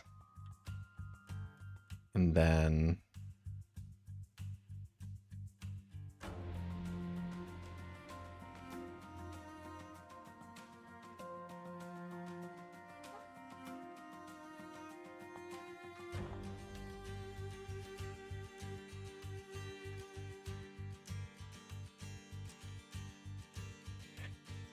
honestly, it is kind of autism creature coded, which is the right vibe. Hey, Siphon.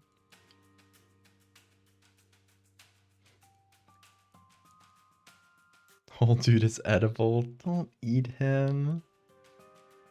Emote. Oh, this is secondary news, but I have ordered new emotes. We might actually get 2 or even 3 for the price of 1. But I have a little preview for you. It's pixelated because it's still a work in progress, and I want to keep a little mystery, but new emotes coming. There's 2 beans. 1 cute and 1 cursed. Schmurgle, how you doing? Good to see you. Thanks for the follow.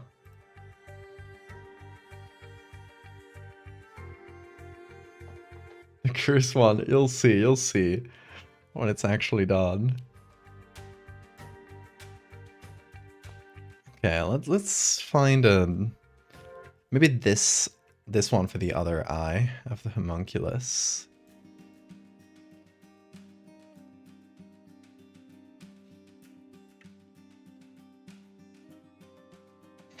Likewise, Fruggle.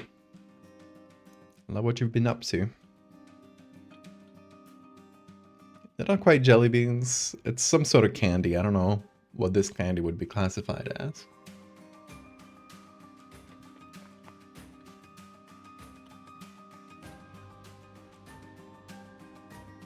What would you call this candy?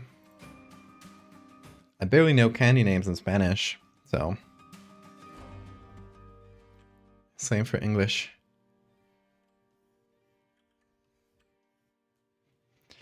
It might look a little too solid for eyes, but, you know, maybe it's like half blind. It would fit. It would fit the vibes.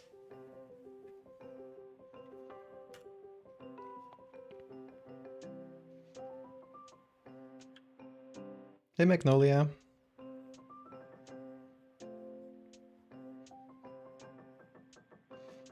Finally, my homunculus has learned to walk upright. Soon I shall send it to war.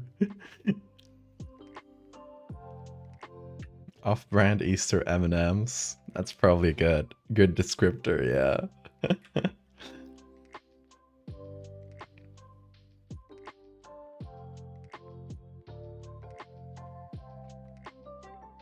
Also, hi Liz. I don't think I said hi to you.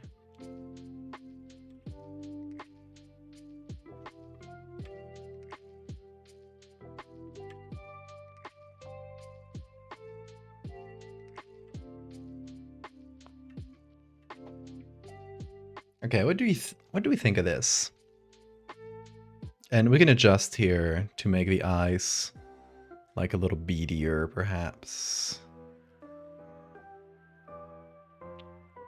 Like removing some texture, making the shine a little stronger. What's up, Bean? Bean is clamoring for attention.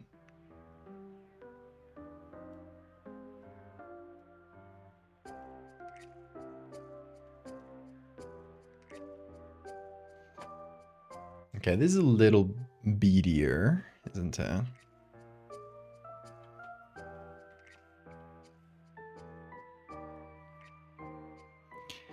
What if I move these levels to a separate layer? 77, 0410, 232.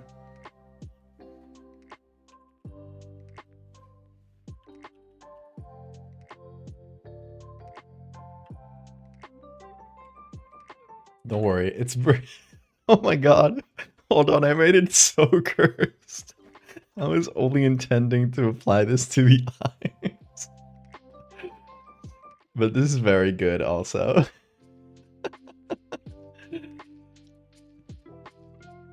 So the idea was to apply this only to the eyes so that I can...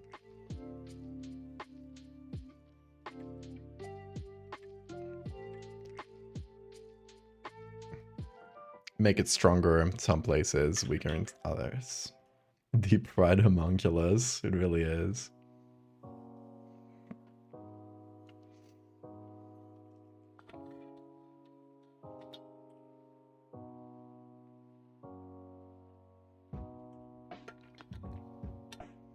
It is a little guy. We always set out to make a little guy today. A threatening little guy? Perhaps. Okay, I'm giving it like a little bit of bounce light on the other side, so it feels more translucent. And I don't know, maybe I should have picked more translucent candies anyway, but...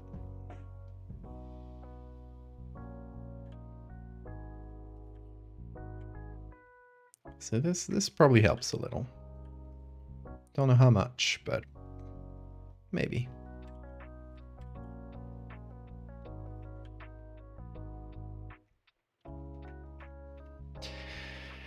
Now we need to adjust everything under the eye. And also, okay, these are all pictures I didn't use.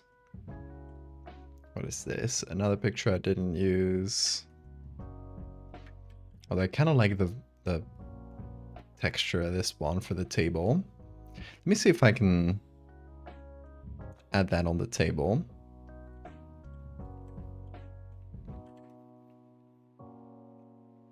And at least in like a couple areas.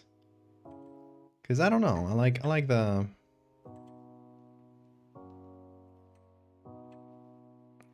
texture it has.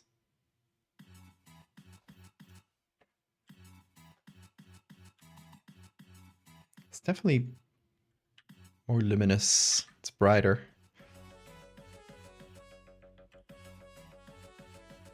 That is nice. I actually dig that.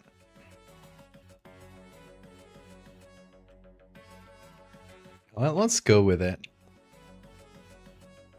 I'll put some of that texture in the back too. It makes the area feel more, you know, brightly lit.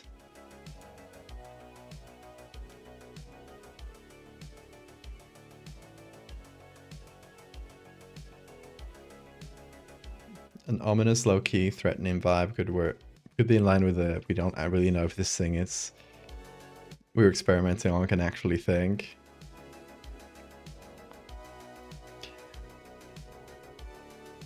We gotta you know, balance the threatening vibe with the cutesy vibe, because I think it has to look like just a little guy. Like, I think that's very important to the vibes of this image. Okay, so we're gonna take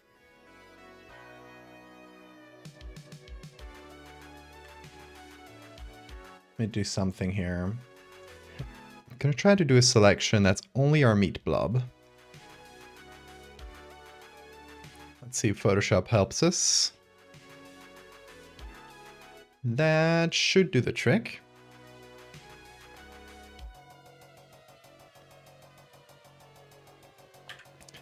Now we can do edits that only affect that.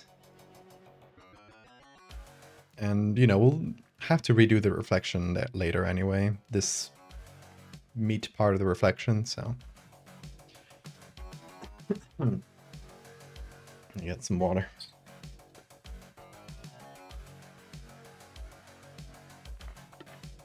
Let's put googly eyes on it to make ourselves feel better.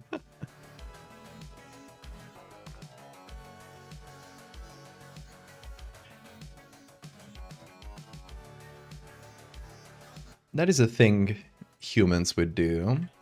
I would not be surprised.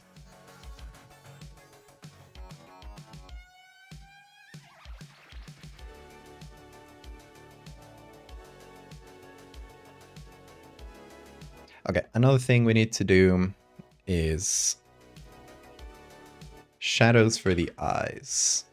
Because the eyes should be like a little bit embedded inside.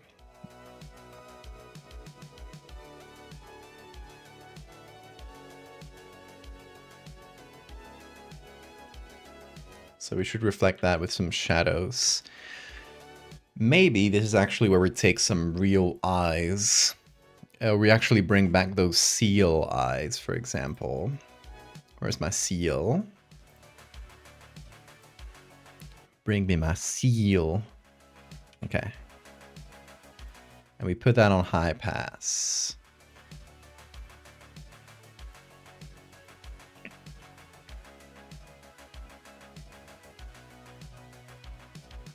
And we found a nice soft edge for it.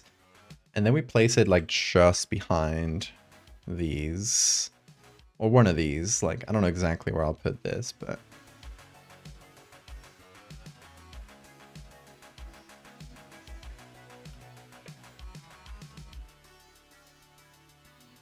This one has a bit of a weird angle, so. It's maybe not the best one to start with, but it's just the one I had on hand. What if I made it blue? What if What if it was blue? I like the red. We might make it a little pinker, perhaps. I was thinking of messing with the color a bit, too. We could go like a paler sort of pink to make it a little bit more brain-like, because it's based on these brain organoids. And the reflection is distracting me now. We'll redo the reflection later. It's going to be reflectionless for a bit. But what do you think? What do you think? War paint for the homunculus for when we send it to war. Good thinking. What if it was purple? What if it was any color you wanted? What if it's constantly changed like this? Look at that. It has little wounds. Oh no, I just noticed that.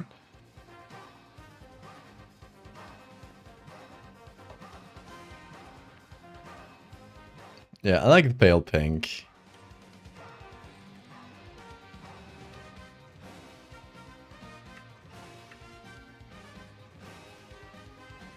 What if it was green? Okay, what if it was green? There you go. We'll soon rotate through every color.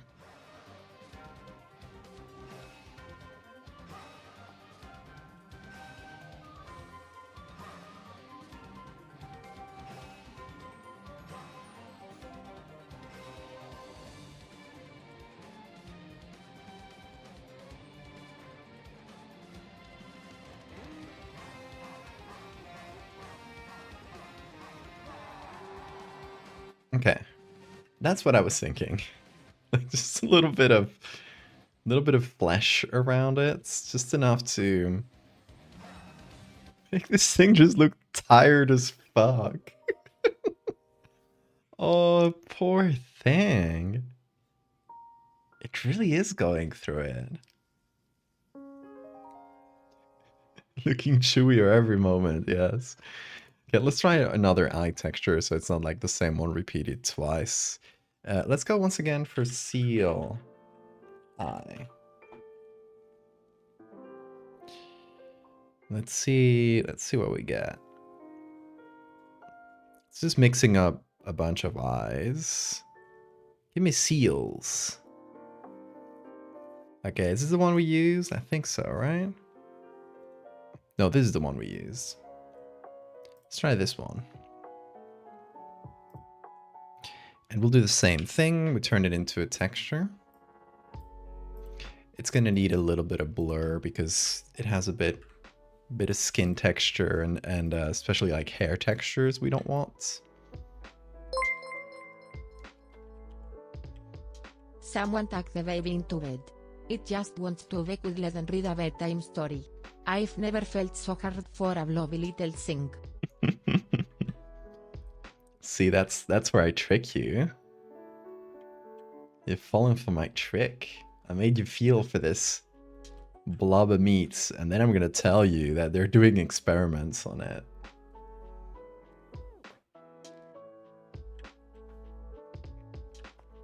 And I think that the joke, or the you know,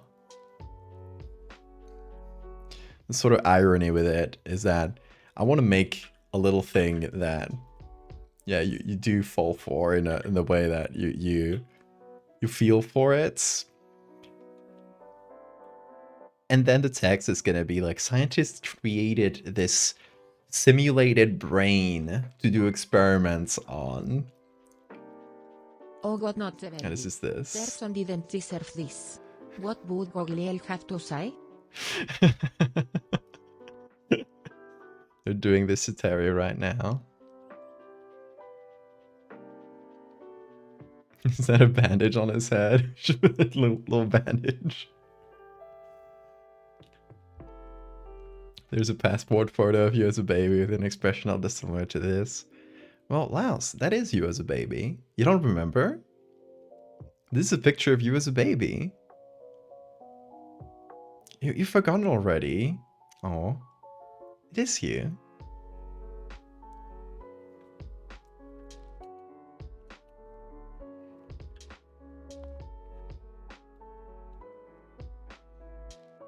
Don't worry, you will remember someday.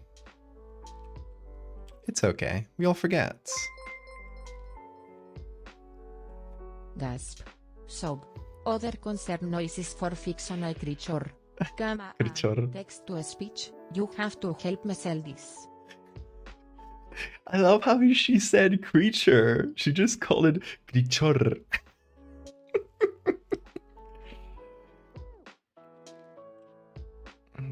I love you, Spanish text-to-speech. You'll have the funniest ways of pronouncing things. I think that's its name, actually.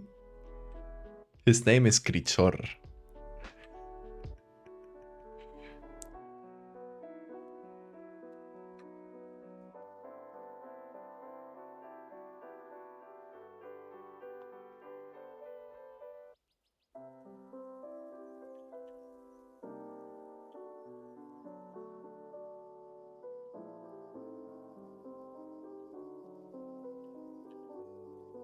Check Discord real quick.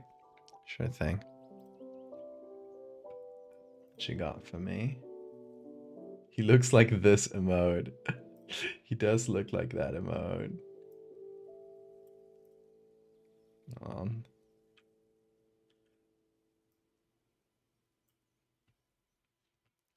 This emote. Ah, where is it? Here.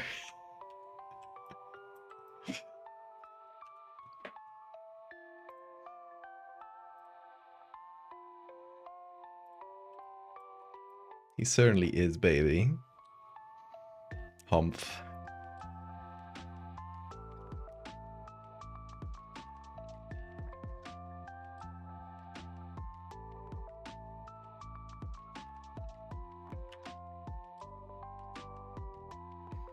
When this is done, I will edit him into a soccer manga panel. Don't do this to him. Dios mío. Creature. Creature. I love how she says it. Dios mío, creature.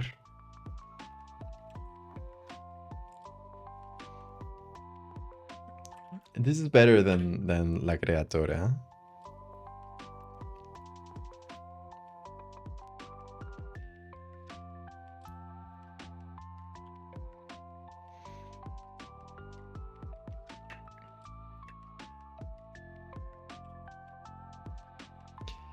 La Creatora is out.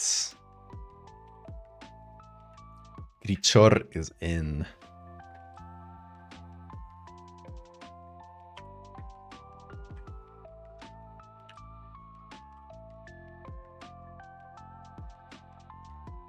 Where are the eyes? Oh, here. Oh, no, that is so cursed. Jump scared myself.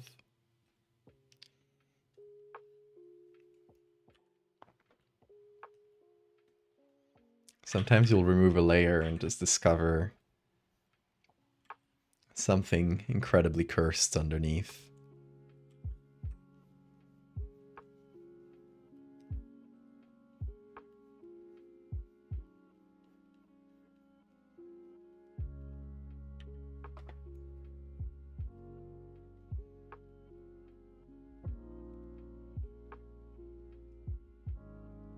This poor thing looks so tired. Jesus Cristo. That's anime to fall asleep to lol. Jesus Cristo.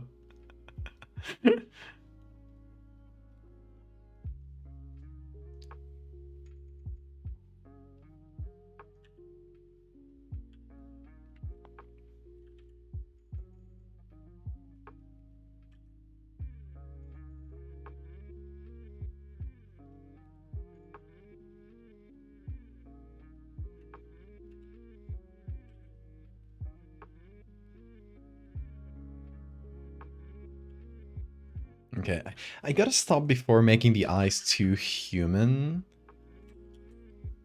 Because it needs to look just simple, I guess. Remember our inspiration. I'm gonna copy it on stream next to Humph. Here. Remember how this started. You, this creature's forefather.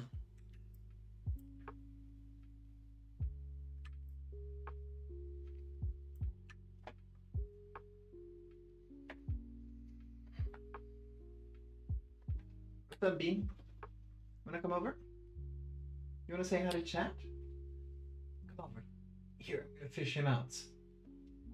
With my fishing pole.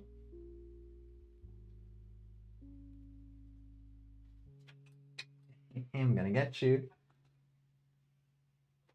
I'm gonna get you. I fished you. Look. Look at the fish I just reeled in. Check this out. Good catch, right? Hello. Hello. I'm gonna eat you. Okay. Oop, you're mine now. You have been captured. Oop. Grichor. That's a big one. Holding him to this music. It is a perfect Bean holding music. Am I wrong, Bean? Little kiss, thank you.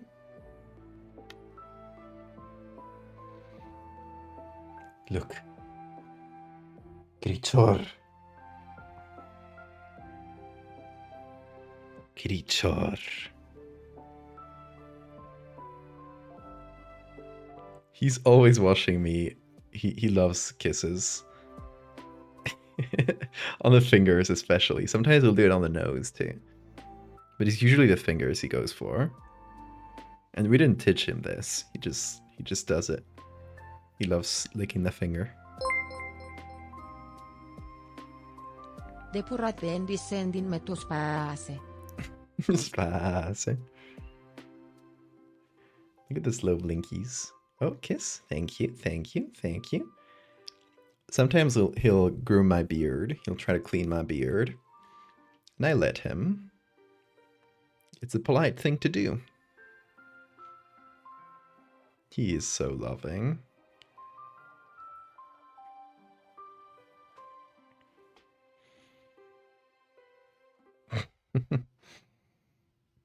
You got anything to say to Chad Bean? Right there.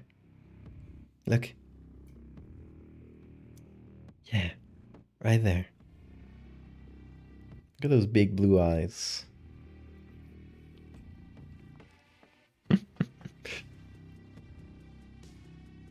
There we go.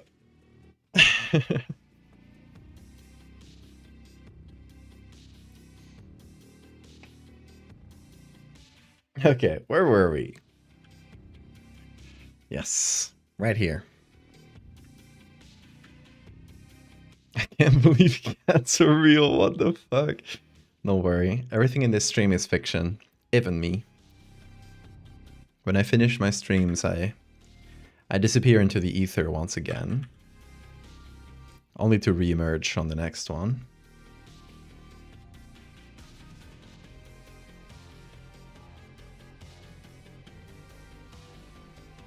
I love the poke. Let's exaggerate like the fold around the poke. It's there, but I want to make it really clear.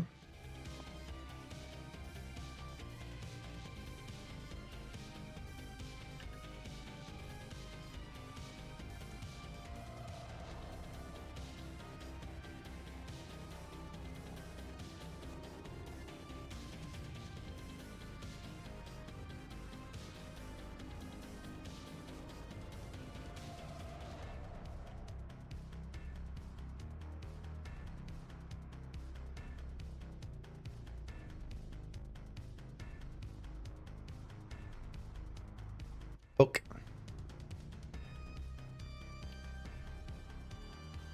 I can go yippee. I have to add that sound effect in your brain right now. Or hold on. Let me pull up yippee.mp3.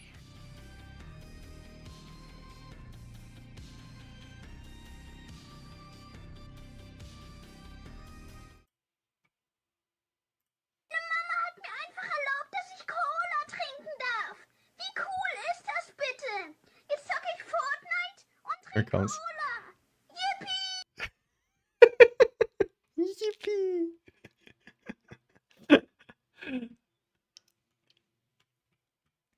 Okay, we shall continue. Cola und Fortnite. It's some little German kid who he's very excited because his mom allowed him to drink cola and play Fortnite.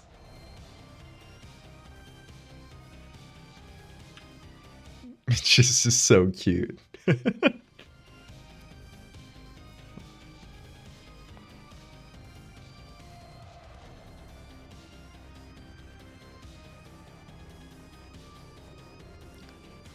Oh, to feel again the childlike wonder of being allowed to drink cola and play video games.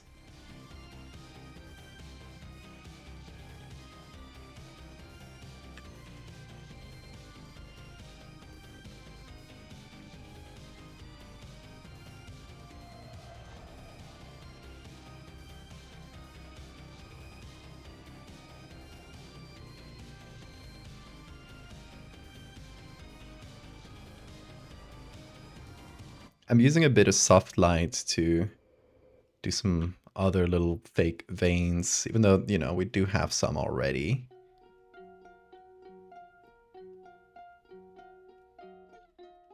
But why not? Hey, don't you hit me with your tail. When he's sitting on me like this, he'll move his tail around and sometimes just swat me with it. Look at him. Whoop. There he goes. Let me grab it.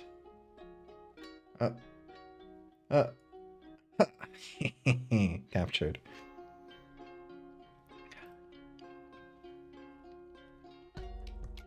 I don't know how much this applies to other cats, but I've heard that when cats move their tail, it's usually when they're annoyed.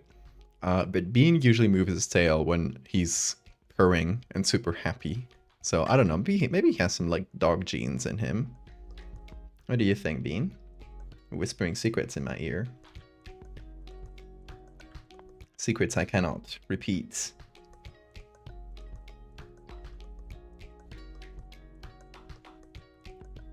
Cats do that on purpose.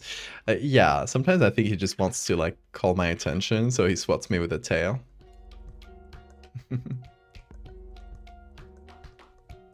Hey, Rockets.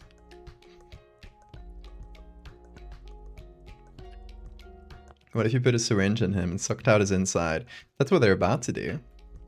For fun. Just as an evening activity, you know?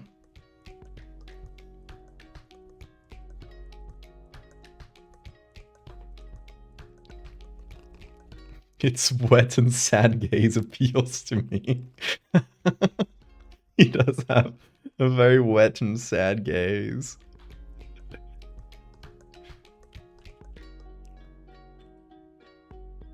Be nice to the baby. It's okay. He can't feel a thing.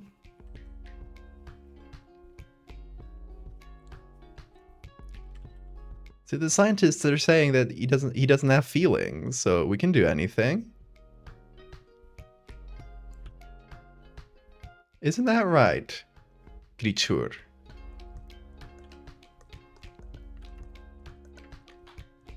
How do they know? Vibes.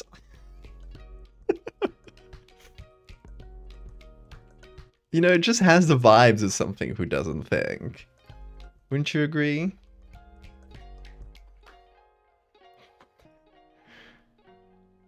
That's what they said about babies. Brains don't have pain receptors. They do not. Vibes-based science. You wouldn't believe how much of science is just vibes.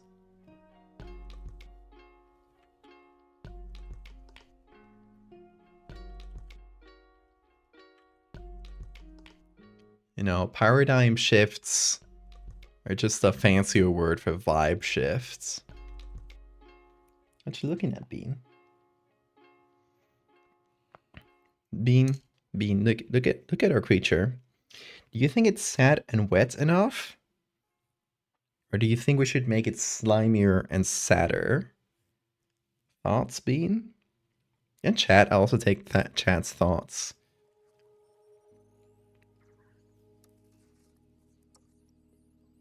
Going to the science man to get my vibe checked.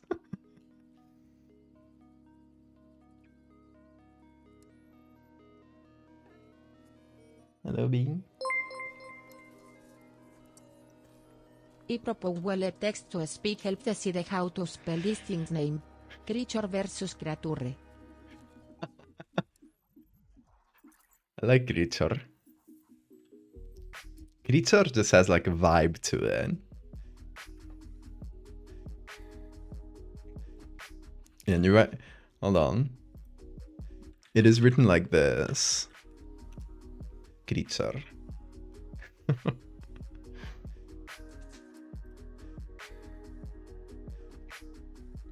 Creature. Thrilled R, yes.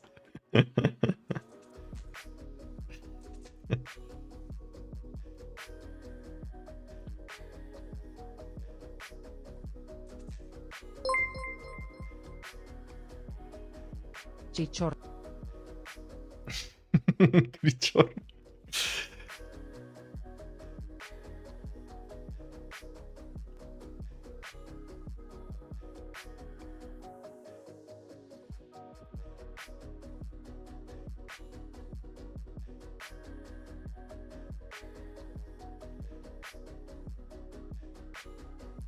His name. Creature. His crimes.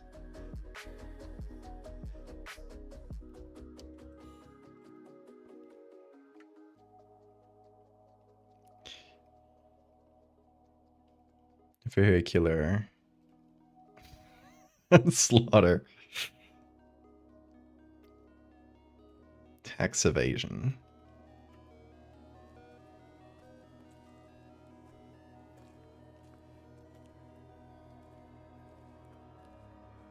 Conspiracy.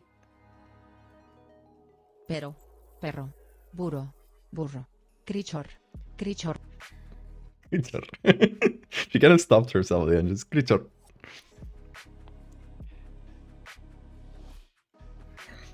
Conspiracy to commit fraud. Arson.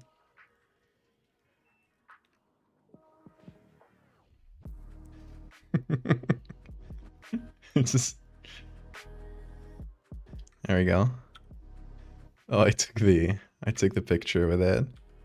That's fine.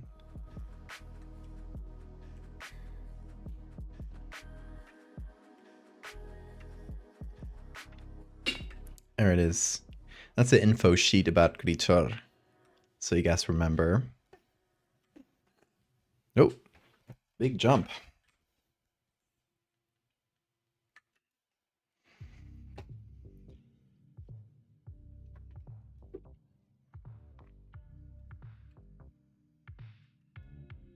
Okay, let's keep going. A puddle, a puddle. Let's add a puddle.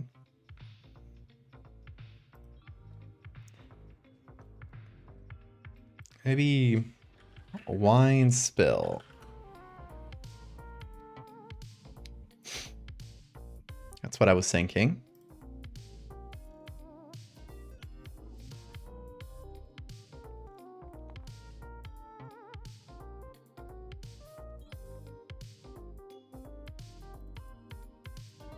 Although the angle does not match. Let's see if I found a good spill. Oh, look at this one. It's just subtle enough, I think.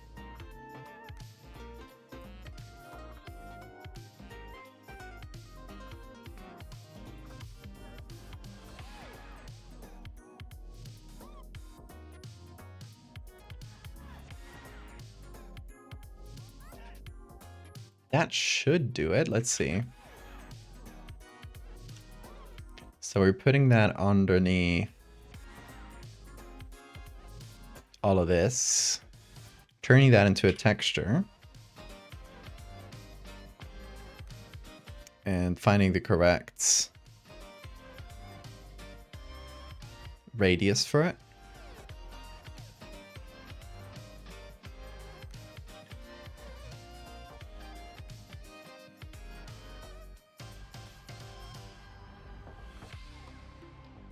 Then we put that here.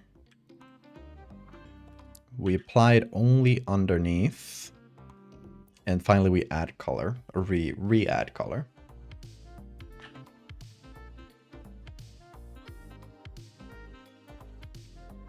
Am I adding color?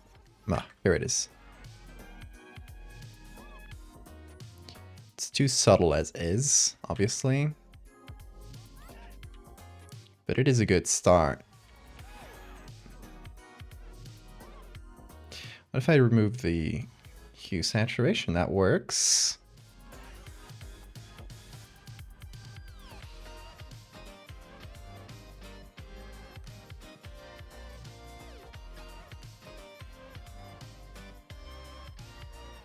And we add a bit of contrast.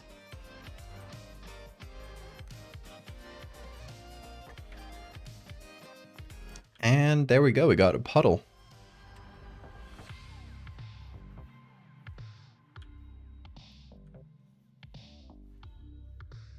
A sort of reddish puddle.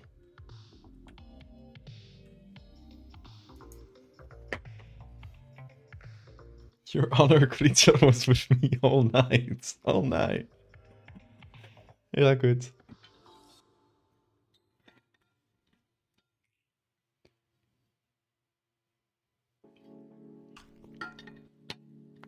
What were you doing with creature that night?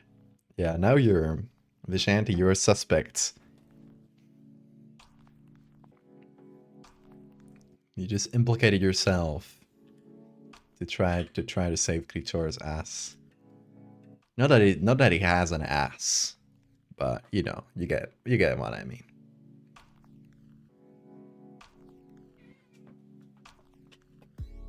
Bean. Hello.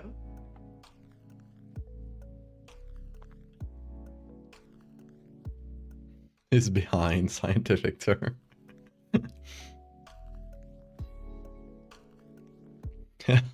That's what it looks like without the base.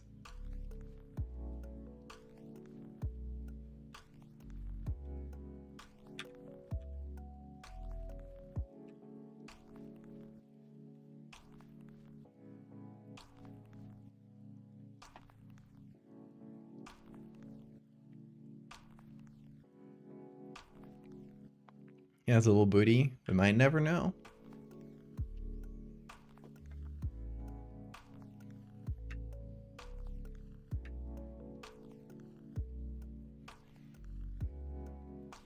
What do we think of Grichor so far?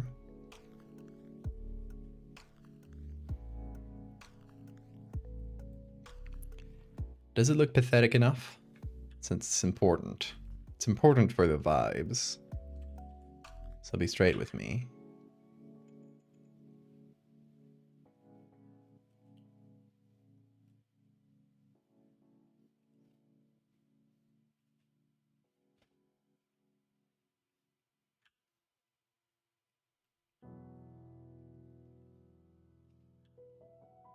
Can you make him cry? Grichor. Poor thing. We can add, maybe it'll drop. I think like making it too obvious might be like overkill. Eyes welling with tears.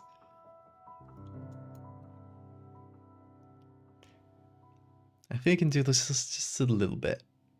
Or, okay, I raise you to this.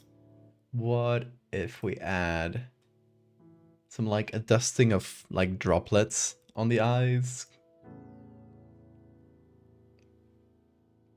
Kind of like a wet glass.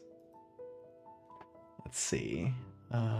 Water, I think I should have some textures like that. Droplets. think right here. Hello, Bean. Ah.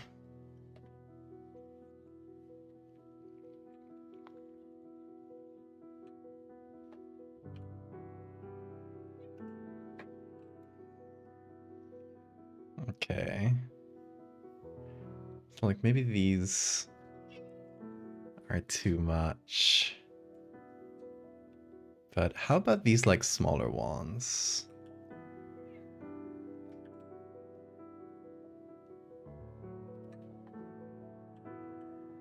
Do you like these?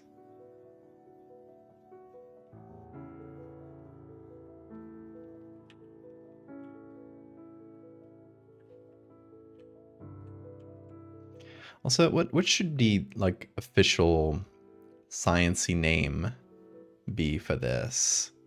I think we keep the term organoids because it's just such a real scientific name. Like it's what these things are called.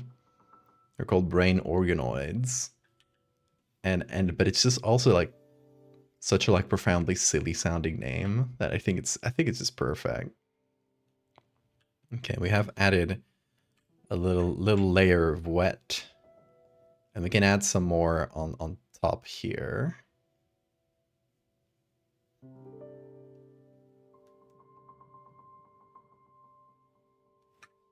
Just give it a little dusting, you know.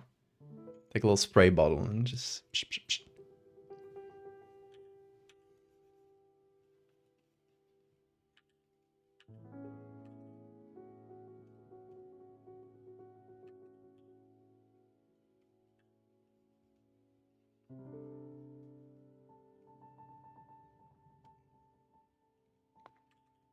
See that's kind of tear-like, but it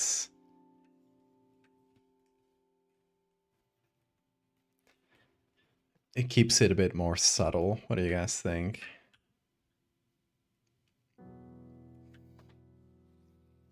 Can you wet the wet, please? Yeah, those aren't tears. They're just normal membranous secretion. Exactly. Are Bean and Kritor friends or mortal enemies?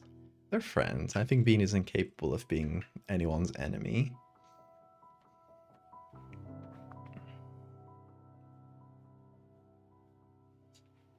Skimpering whimpers.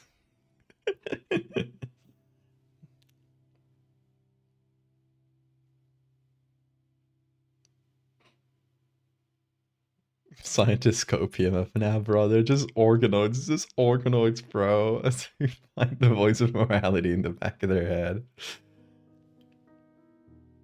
Choosing to add this guy to the Terriel lore as their adopted child, they would adopt them.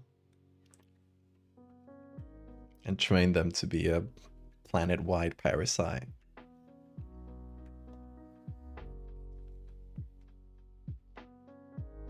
I see you, Dapper. Thanks for popping in.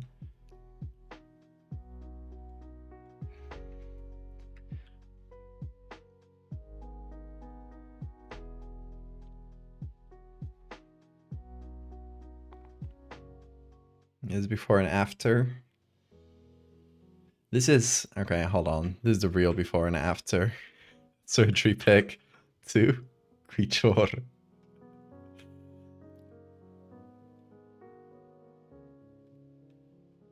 What a glow up. Dapper, thanks for the gift sub. Perfect parting gifts. Have a good night. Does Kritor have a mouth? No. They just, whenever they're done with him, they just drop him in a vat of fluid.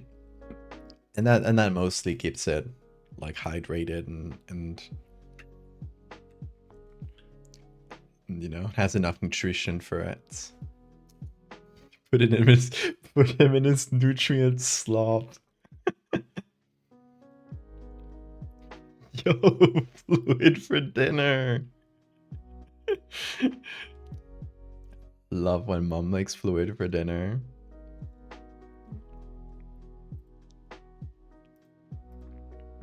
So hyped for tonight's fluid slurry. Okay, let's do the reflection.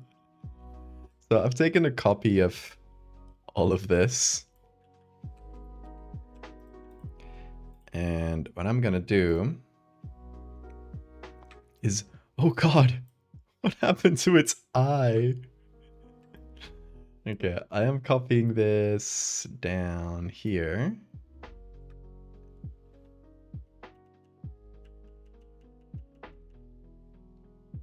And I am aligning it with the original reflection. Let's hit enter and hope that this gets fixed. It does. Good. Good lord. Yeah, it might need some rotation too.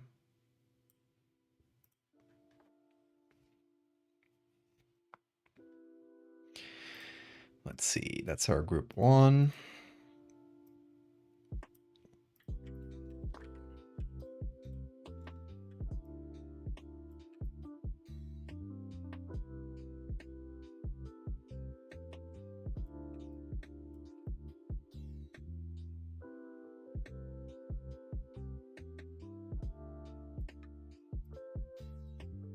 And now we do something like this.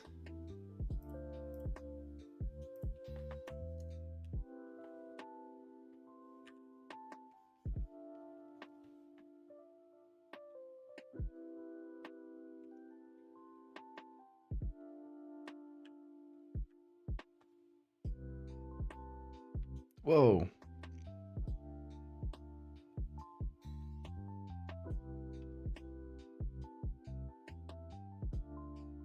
No, okay. Levels do not work.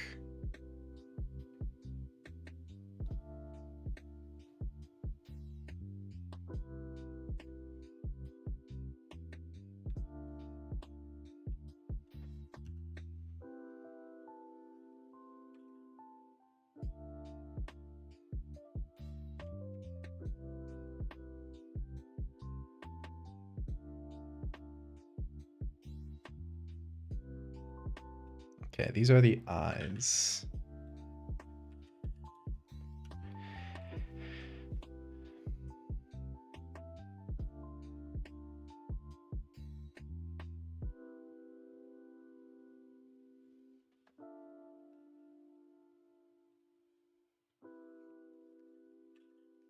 There we go, and then we make the reflections softer.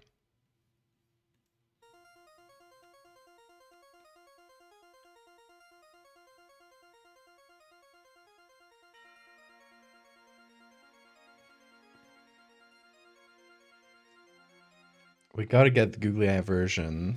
Laos got the permanent googly eyes redeem, so we need to make it real.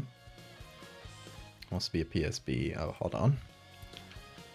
Probably because of these.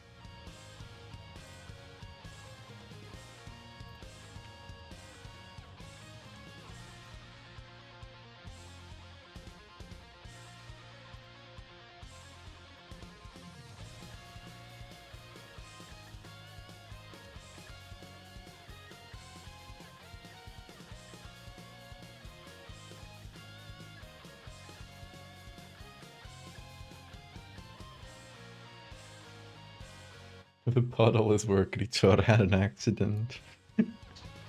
Don't judge him for that. It's normal.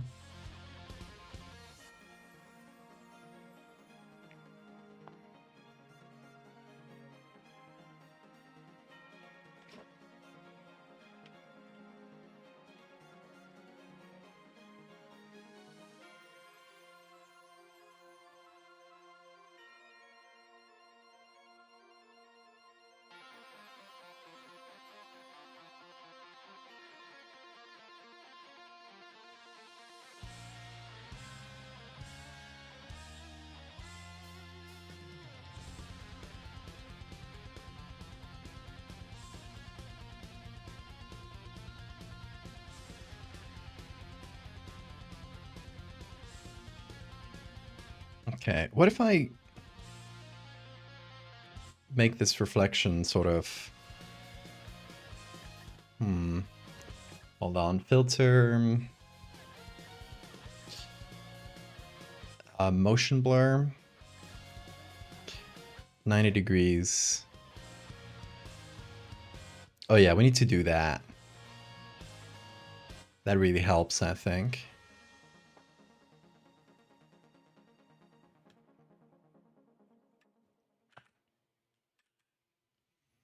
So we'll do same filter, motion blur.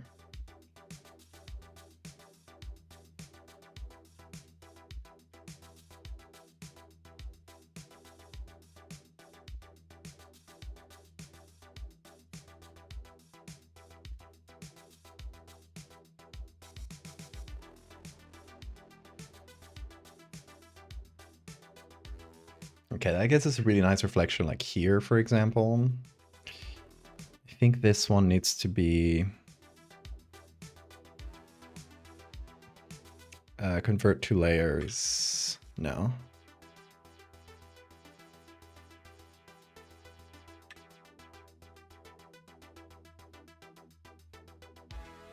Can I get the original layer from out there?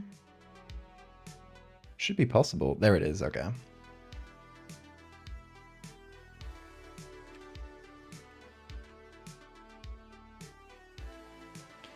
There we go. So we add the motion blur, and then we can actually make it show up there. Basically get like a much nicer, blurrier reflection. No, the motion blur is with relation to your eyes, the specific type of reflection. So it's always going to be like straight down. Unless you're like looking at an angle. Can't believe this is the thing I've been getting milk from. Hey, it's tasty. Not gonna judge you. It's good milk.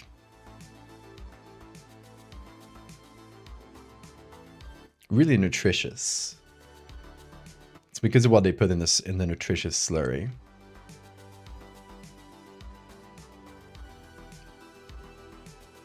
Is Gritor even a mammal?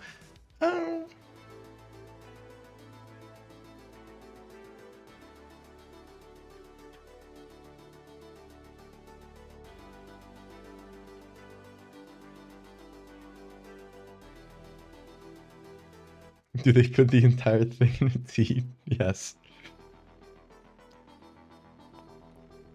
How else would they do it?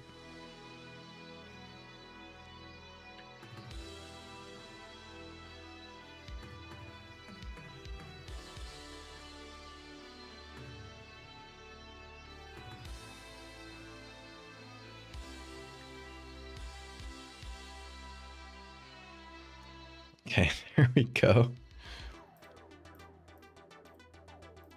We got that working. Here's the puddle. Should the reflection be on top? Does it matter? Yeah, it does. Okay, reflection should be on top. Oh, wait, the puddle is a bit more visible.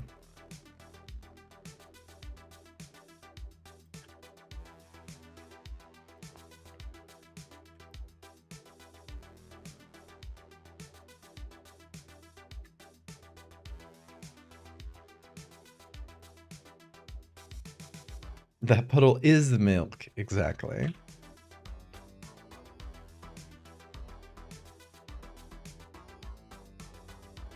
So you guys are starting to get it.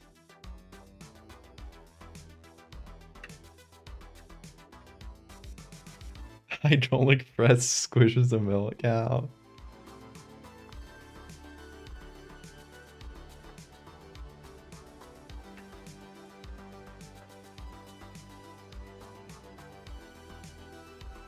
And it's okay, by the way. He likes it.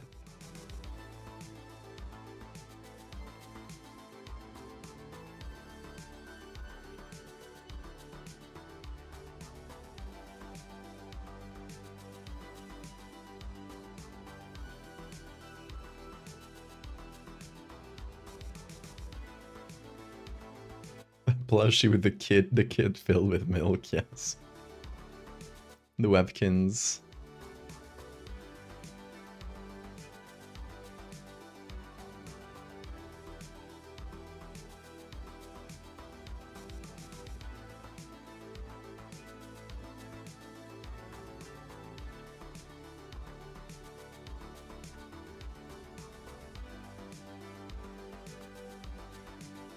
Maybe Granted wants some little boost of motivation.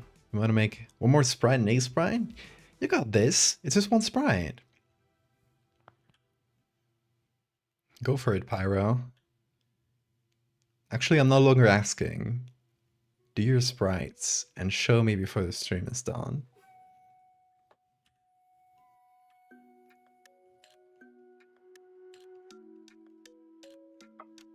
I will be grading you, by the way. I won't. That would be funny though.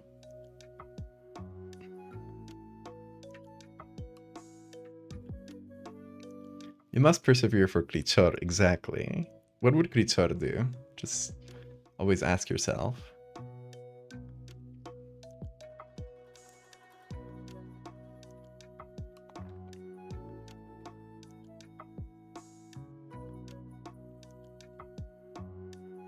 Oh, the seal. Let's see what else we have. The pant system. Do not forget, folks. Remember the pant system.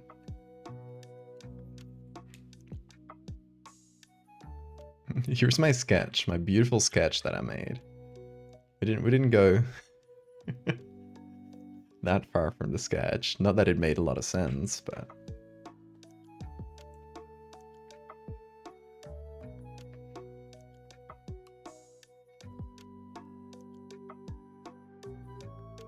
reward for one sprite, 1 cup Krichor milk on the grill.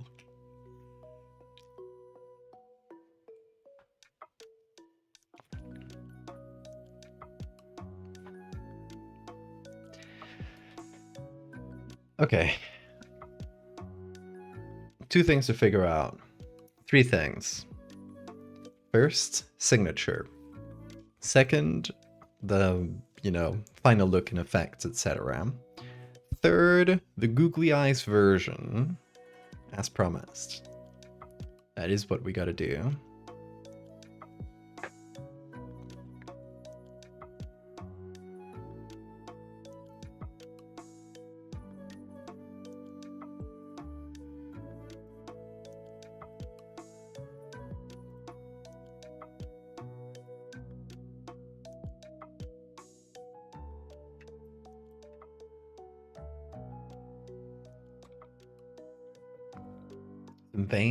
Veins could be good. On the ruler would be, I think it's like the most obvious place to put it.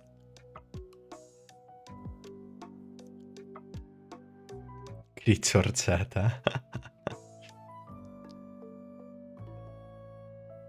The glove crease. That'll be a sneaky one.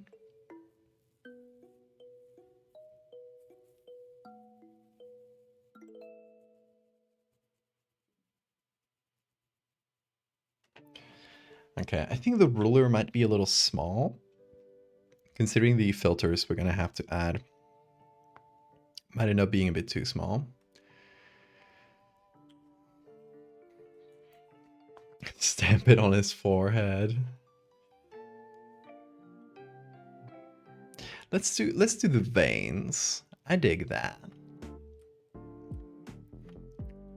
Let's do the closest thing to stamping it on the poor thing's forehead. Okay, so it's on here. I'll use one of the soft light layers, actually the one I already used for some veins.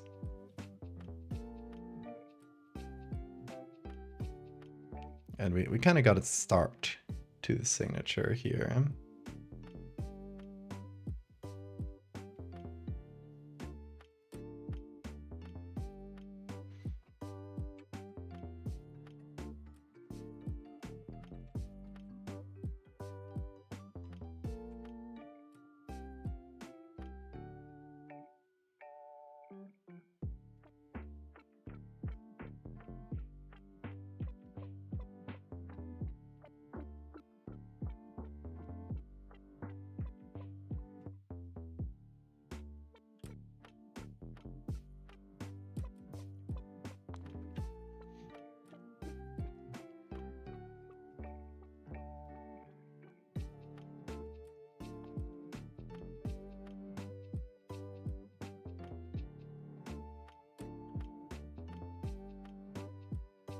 There we go. And then we do a little color layer.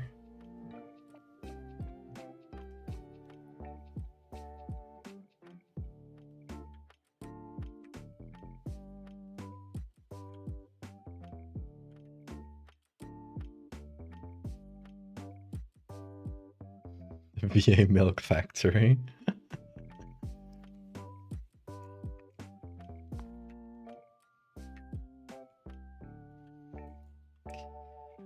Okay, I think we're pretty much got it. I was thinking, you know, we got the color of these gloves. I could make it a little more blue, but it's a little bit grimy, and I don't dislike that. Okay, let's just try the final filters on here. So first thing we're gonna do is use Photoshop. There we go.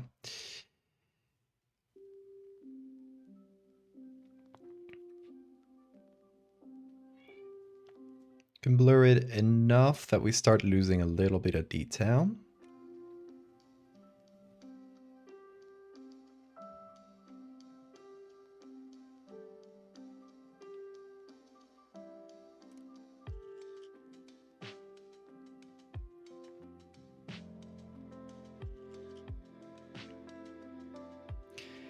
And here's where we mess with the colors.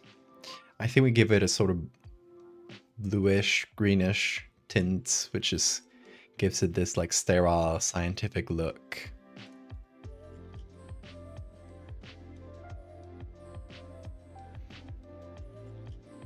We add the customary amount of grain. I might try re-adding that printed texture on top, because the original had that, and I kind of dig that. It's not something I usually do, but it adds just a little bit of texture, and that's pretty nice.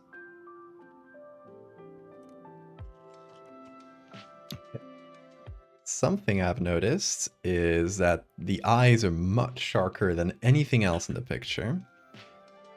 So we gotta make sure to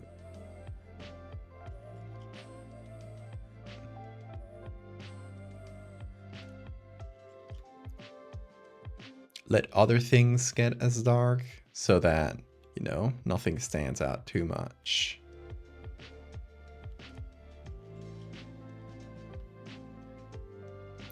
Although we might have to go like beneath this and make the eyes a little bit lighter. I do like them really beady like that, but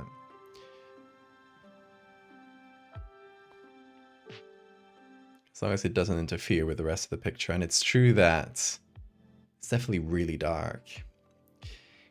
It does bring the attention of the observer directly to this, because just that's why I zoom out. Just looking at it from the quickest glance, like just the blurriest version of this picture, where you're just like glancing past it.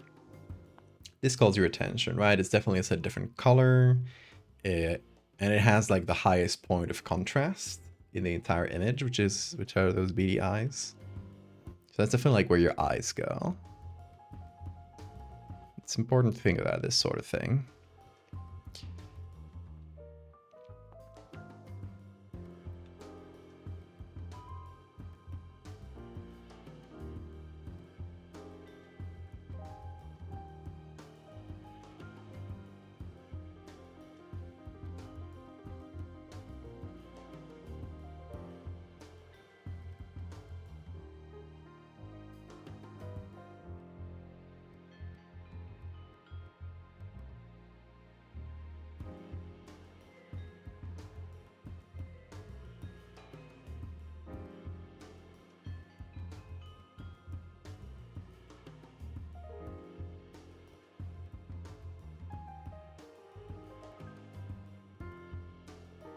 A little bit more balanced color-wise.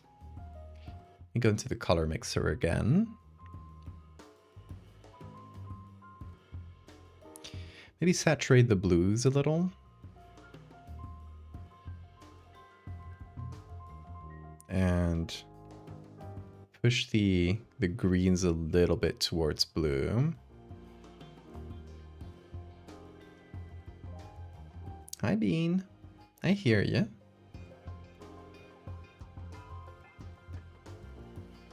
Is this from the same lab that brought Trilopax back? I bet it is, yeah. Yeah, let's go with that.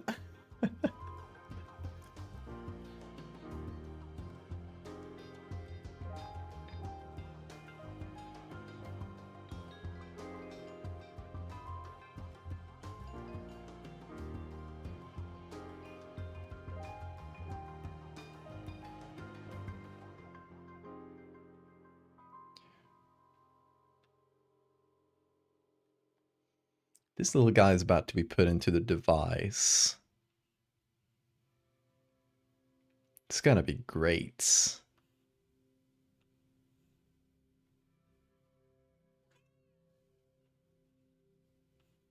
Look at the Daze filter is just having so much trouble with its eyes. They're too beady. What's up, Bean? You calling me over? Do you want to go out again? Okay. I hope it's something important. Hope you need to poop or something. Go forth.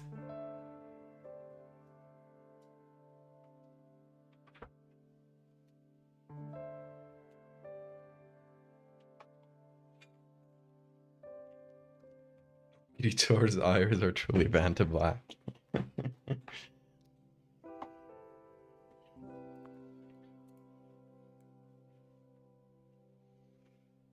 Yeah, I'm gonna try rebalancing the eyes a little bit.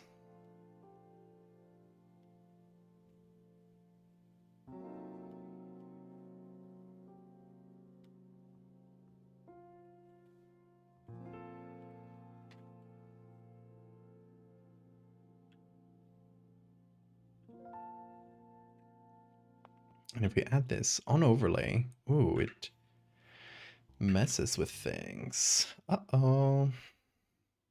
It gives us this cursed look.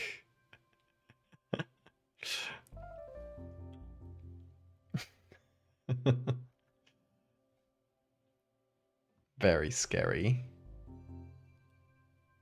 That is what happens if you don't feed creature. It will go feral.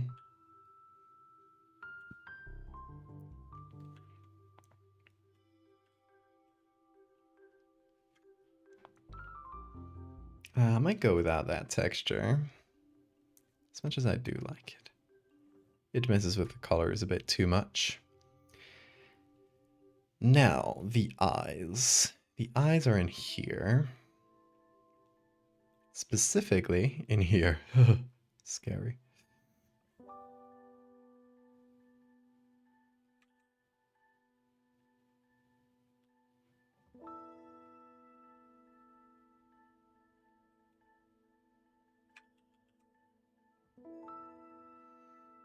Okay, I'm gonna do something here in the levels layer.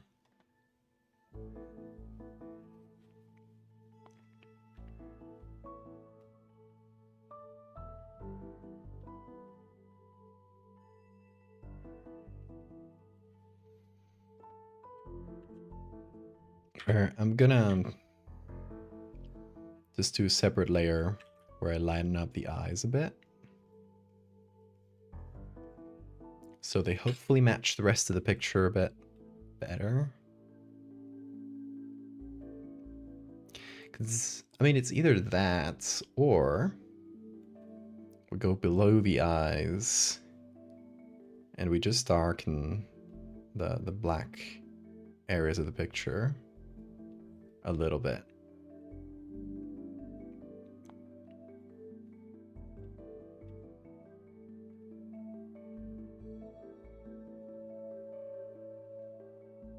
That maybe gives us better balance. Let's see.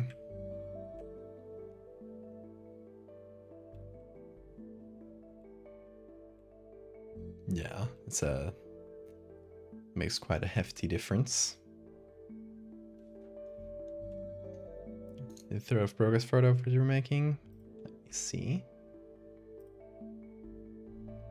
Nice. Good job so far.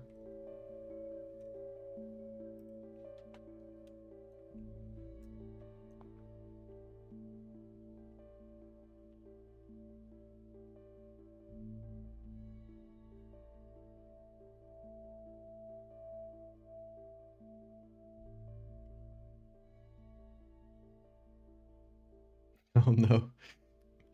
The eyes are going blind.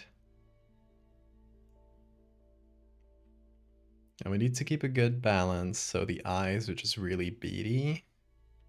But you know, we still get enough contrast in the rest.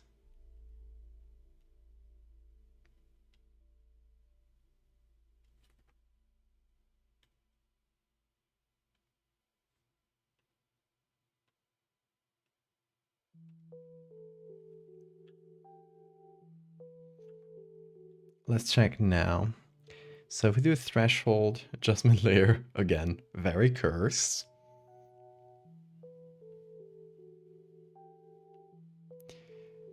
The eyes are no longer the darkest part of the image. They're about the second darkest.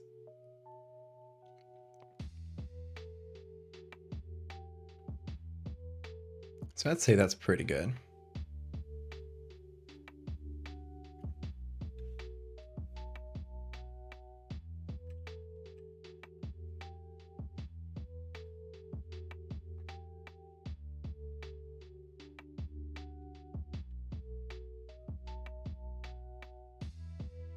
Let me try without this texture, since it does mess with the colors.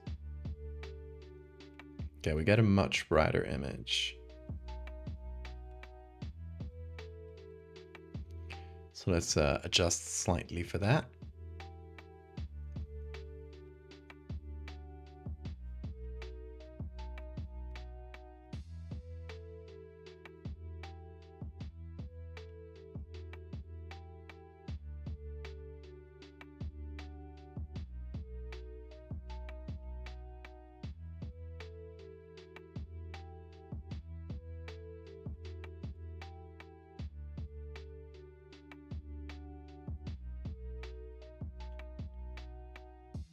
And checking on the texture, doesn't actually seem to change anything that much. So maybe we don't need that texture after all. And we could just use this. Let's go with that. Okay, that's our boy. Let's put in the list of crimes, of course. Oh, that's not it. A list of crimes. There we go. Grichor. And now we make the googly eye version, which will require both, you know, the googly eyes, of course. And first of all, I'm going to separate the eyes and the stuff around them, because we're going to do that a different way. Oh, wait, not all of it.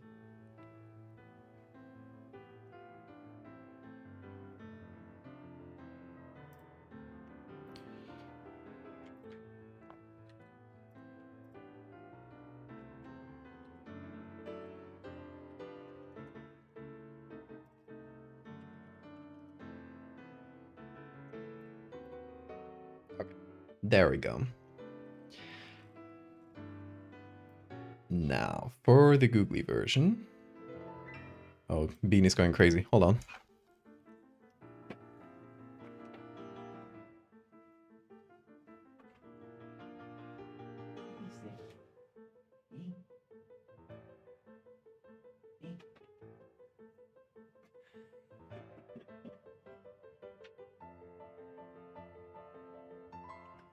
He escaped.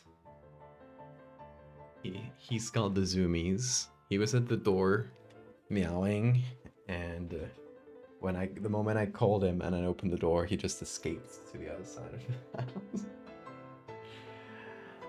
Loves to do that. It's got a case of the poop zoomies. Many such cases.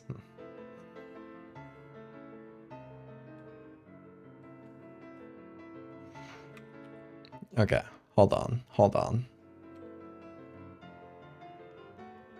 Should we do this with the googly eyes, folks? Especially Laos. Are you around, Laos? Should we invert one googly? Or is that too silly? There's a pony, thank you for the follow.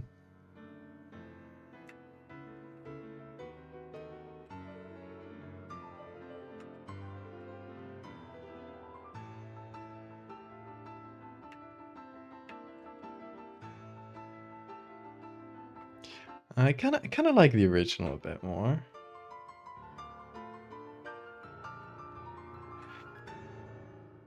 Maybe just a little bit of turn, but not like fully upside down.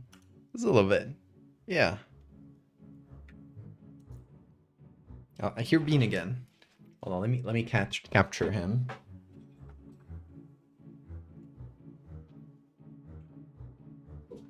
Yeah. Ran away again.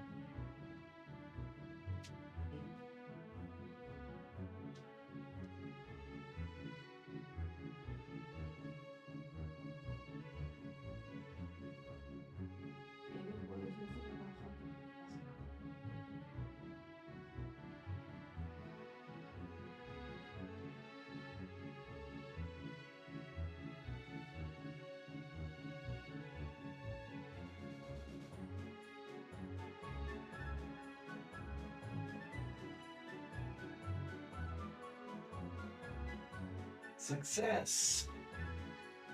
It took me a second, but I got him. What? What is it?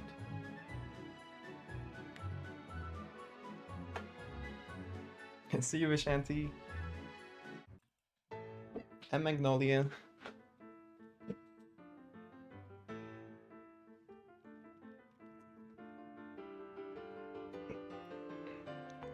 Okay.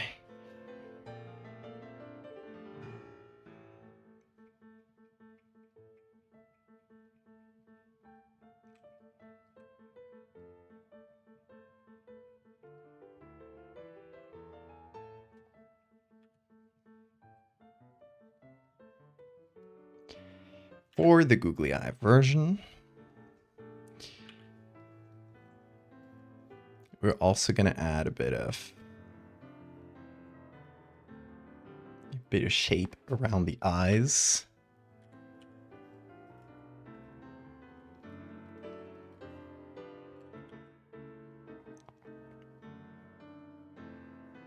To sort of embed them in there a little bit.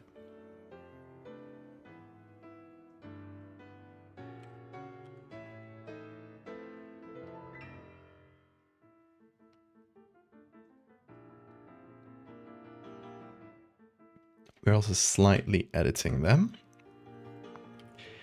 Adding a color layer to do a bit of color matching. These are not your everyday googly eyes. You need to match them to the environments. Whoa, Bean is going bananas.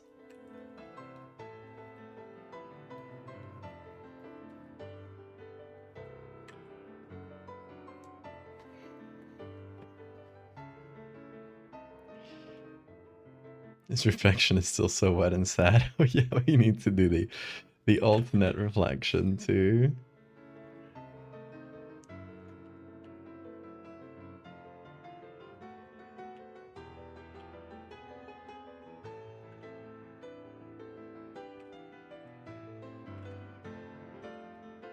Oh, Screamer.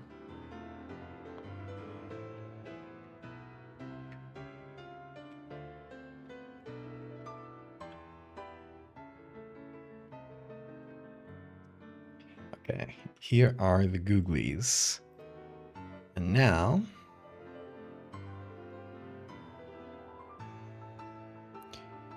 We're going to take a version of all of this, put it together, apply this layer mask, and this gives us a version of just that, which we are going to put here below. Flip it vertically.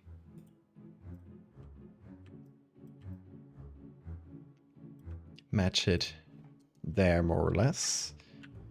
And we're going to go down to the reflection. We're going to put this in the place of the other one with a motion blur. I'm going to hide this one.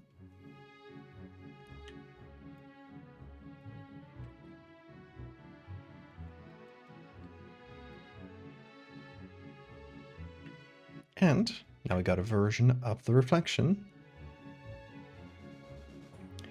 with the googlies. How about that?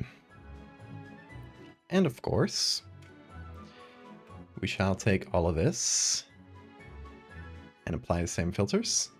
So we got both versions. Look at that. Don't they look beautiful together? Hey, fish.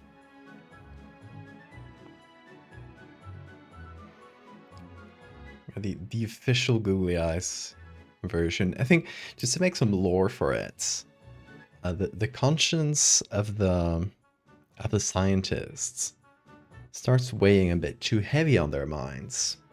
So in order to detach themselves psychologically from creature, sorry, they put googly eyes on it. They surgically attach googly eyes to it. And now it's just funny, right? So you can't feel bad about a little funny guy.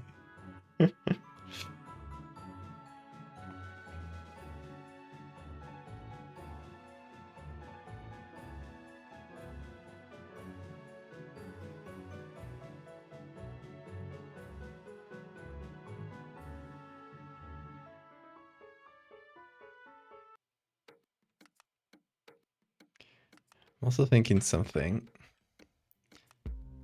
Just taking a bit of inspiration from the googly eyes. Making one of the eyes just slightly smaller. It's fun.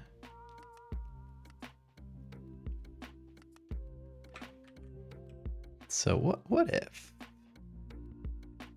What if we did that?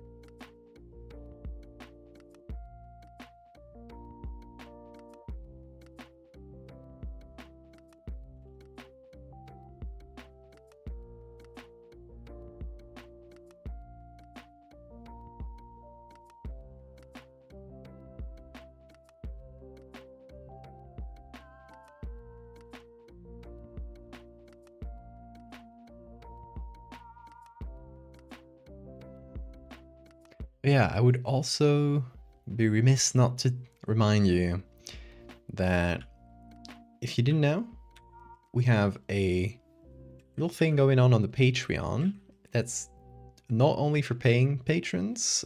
You can just like follow there on Patreon for free to participate in this.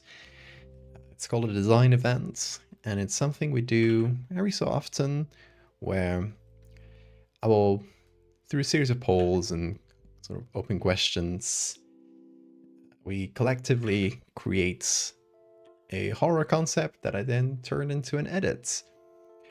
So we're currently in the second round. The first round was deciding what the topic of the edit would be. And, you know, the theme was unexplained phenomena. So the options for the topics versus, you know, anything from technology, mathematics, philosophy, biology. And the winner was astronomy and physics. So, currently have a page open on the Patreon where everybody can participate in this sort of round where I'm asking you guys for ideas in terms of horror concepts around the topics of astronomy and science. So if that sounds interesting to you, astronomy and physics, might I say. So yeah, that sounds interesting. Give it a look. It's on the Patreon. I'll put up a link real quick. And yeah, you should be able to participate even if you just like hit a free follow on there. You won't be able to participate on the final poll if you're not one of the paying members, but you can still participate in this bit. So there we go. You can read there.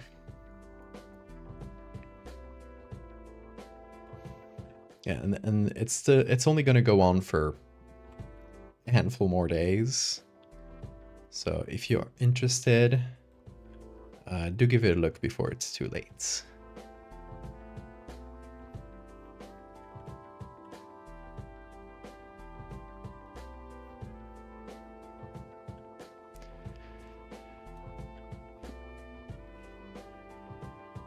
All right, let's put all of this together once again. I just made the eye slightly smaller, but it just gives it a little bit of asymmetry that I really enjoy. Oh, the reflection is gonna be wrong. Do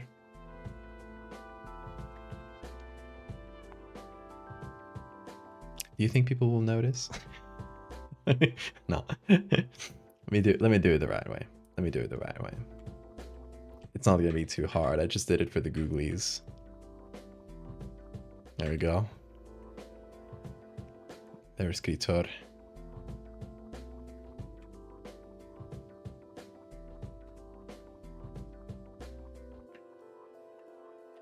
So we take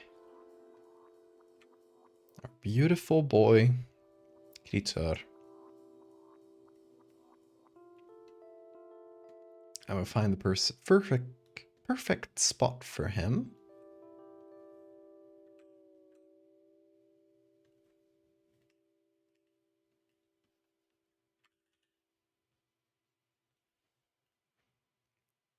Where we can give it a Gaussian blur.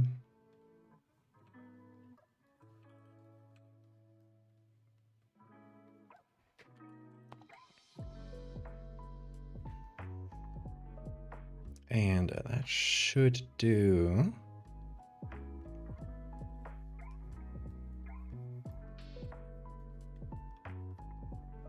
Needs a bit more blending in.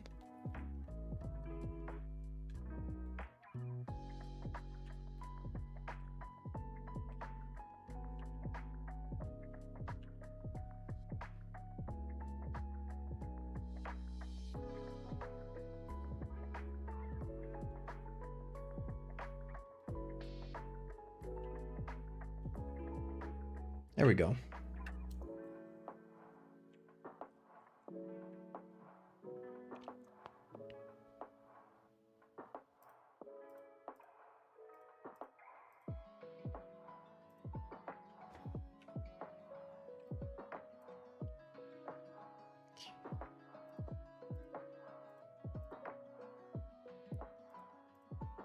What do you guys think of Kritor, our beautiful, beautiful little homunculus boy who's about to be subjected to some very fun experiments?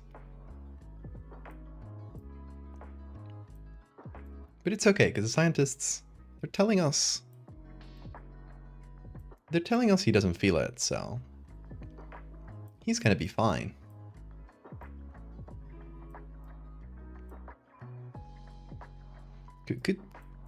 Could such a thing have thoughts and emotions? Oh, probably not, right? I don't think we have anything to worry about. Probably can't even feel pain. He's so sad. No, probably can't even feel emotions. Don't worry about him. Just a little meat blob for experiments. Don't think about the ethics. Is it an attempt to recreate a human brain for study? Yes. But it's much simpler, so I can't have emotions. That would be ludicrous.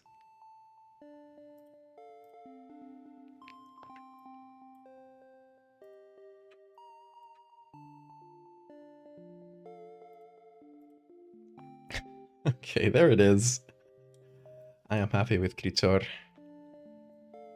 I think that's gonna be the edit for him. We did have a couple other pictures, and I will warn you once again. Content warning: medical images incoming. These are actually the base images I used for this, but I wanted to show for people who came in later in the stream what this actually looked like in the beginning. This is what it actually looked like. It was a huge cyst in the uterus that we removed the surgery, and we turned it into a little guy. Kritor. There are other pictures of the surgery which we didn't use. Hi, Bean. No, you can't go out. You make too much noise. You're waking up my partner. Silly boy.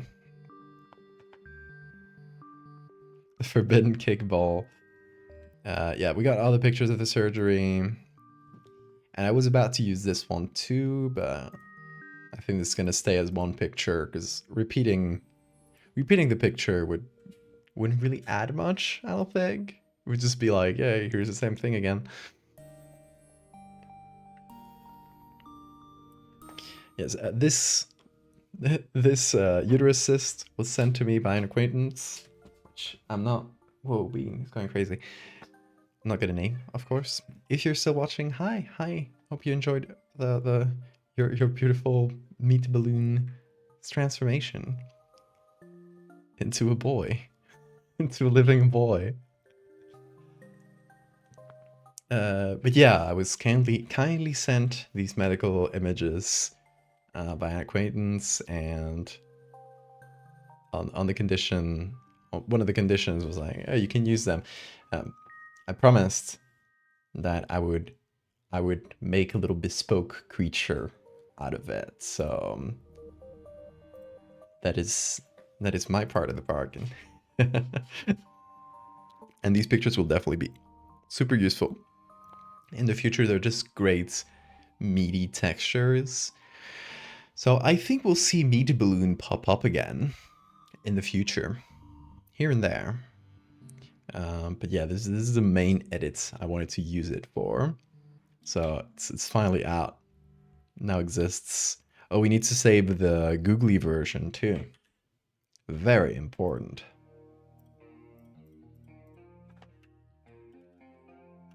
Official googlies. You rarely get these. We even got the googly reflections. This came out great, honestly.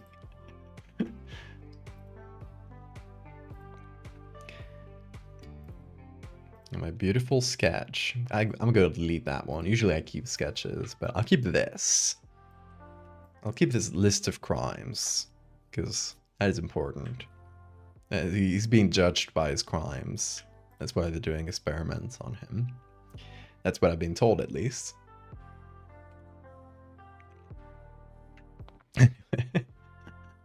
That's gonna do it, I think. How long? It's nearly 4 hours.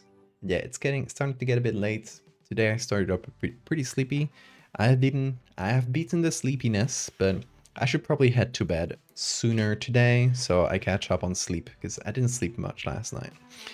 So yeah, I want to catch up on sleep a bit. Tomorrow, got another stream. We got streams every night until Friday night. Tomorrow it's gonna be fractals, and we're gonna be going towards the very end of the fractal series, where we're gonna be exploring Earth after humans. or essentially like the downfall of humanity. We already got a picture that I made for it, which I'm going to show you. Spoilers. Fractal spoilers, if you care about those. We got a fractal skull just lying on the ground of a derelict little city, and there's a little fractal flower growing from it. So that's going to be one of the pictures in this part of the series. But to accompany it, and I think this is going to be like the main one, I want it to be like the important one, but you know, to accompany it, I wanted to do 2 other pictures. One of them is going to be one of the mega structures that we saw in the previous parts of the Fractal series, but falling apart. So yeah, we're going to be, you know, it's signifying like humanity is over pretty much at this point in the timeline. So yeah, that's what we're going to be doing tomorrow, that ruined megastructure. We're going to have to generate some 3D fractals, which is going to be fun. Oh, Bean, you have a toy. He got... Oh, don't press buttons. He got stuck in his own toy. Bean. Oh my god. Bean. He was tangled up like this, and he was just running around with his toy on his... Oh lord. No, don't do it again. I'll do it again. Hold on. Okay, you can play with it. That's fine.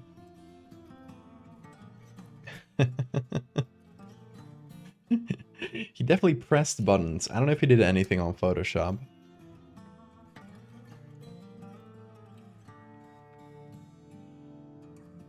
It sounds good, Pyro. Bean didn't break anything, surprisingly. He pressed a bunch of buttons, but none of them did anything. So I was pretty surprised by that. Yeah, tomorrow we got fractals. The day after, we're gonna do really fun concepts. I wanted to sort of develop for a bit. And I'll just tell you it involves wasps and spiders, so probably fun. And Friday night we're doing gaming. We're gonna play some short little horror games. I got a few I wanted to get through, so I'm gonna play some of that. Yeah, that's gonna do it for us tonight, folks. I will see you again tomorrow. We'll be doing some fractals, so if you like the fractal series, don't miss it. And oh, there goes Bean. Okay, goodbye, Bean. If you want to see some fractals, don't miss tomorrow's stream. But yeah, y'all, thank you once again so much. I'll see you soon. Take care.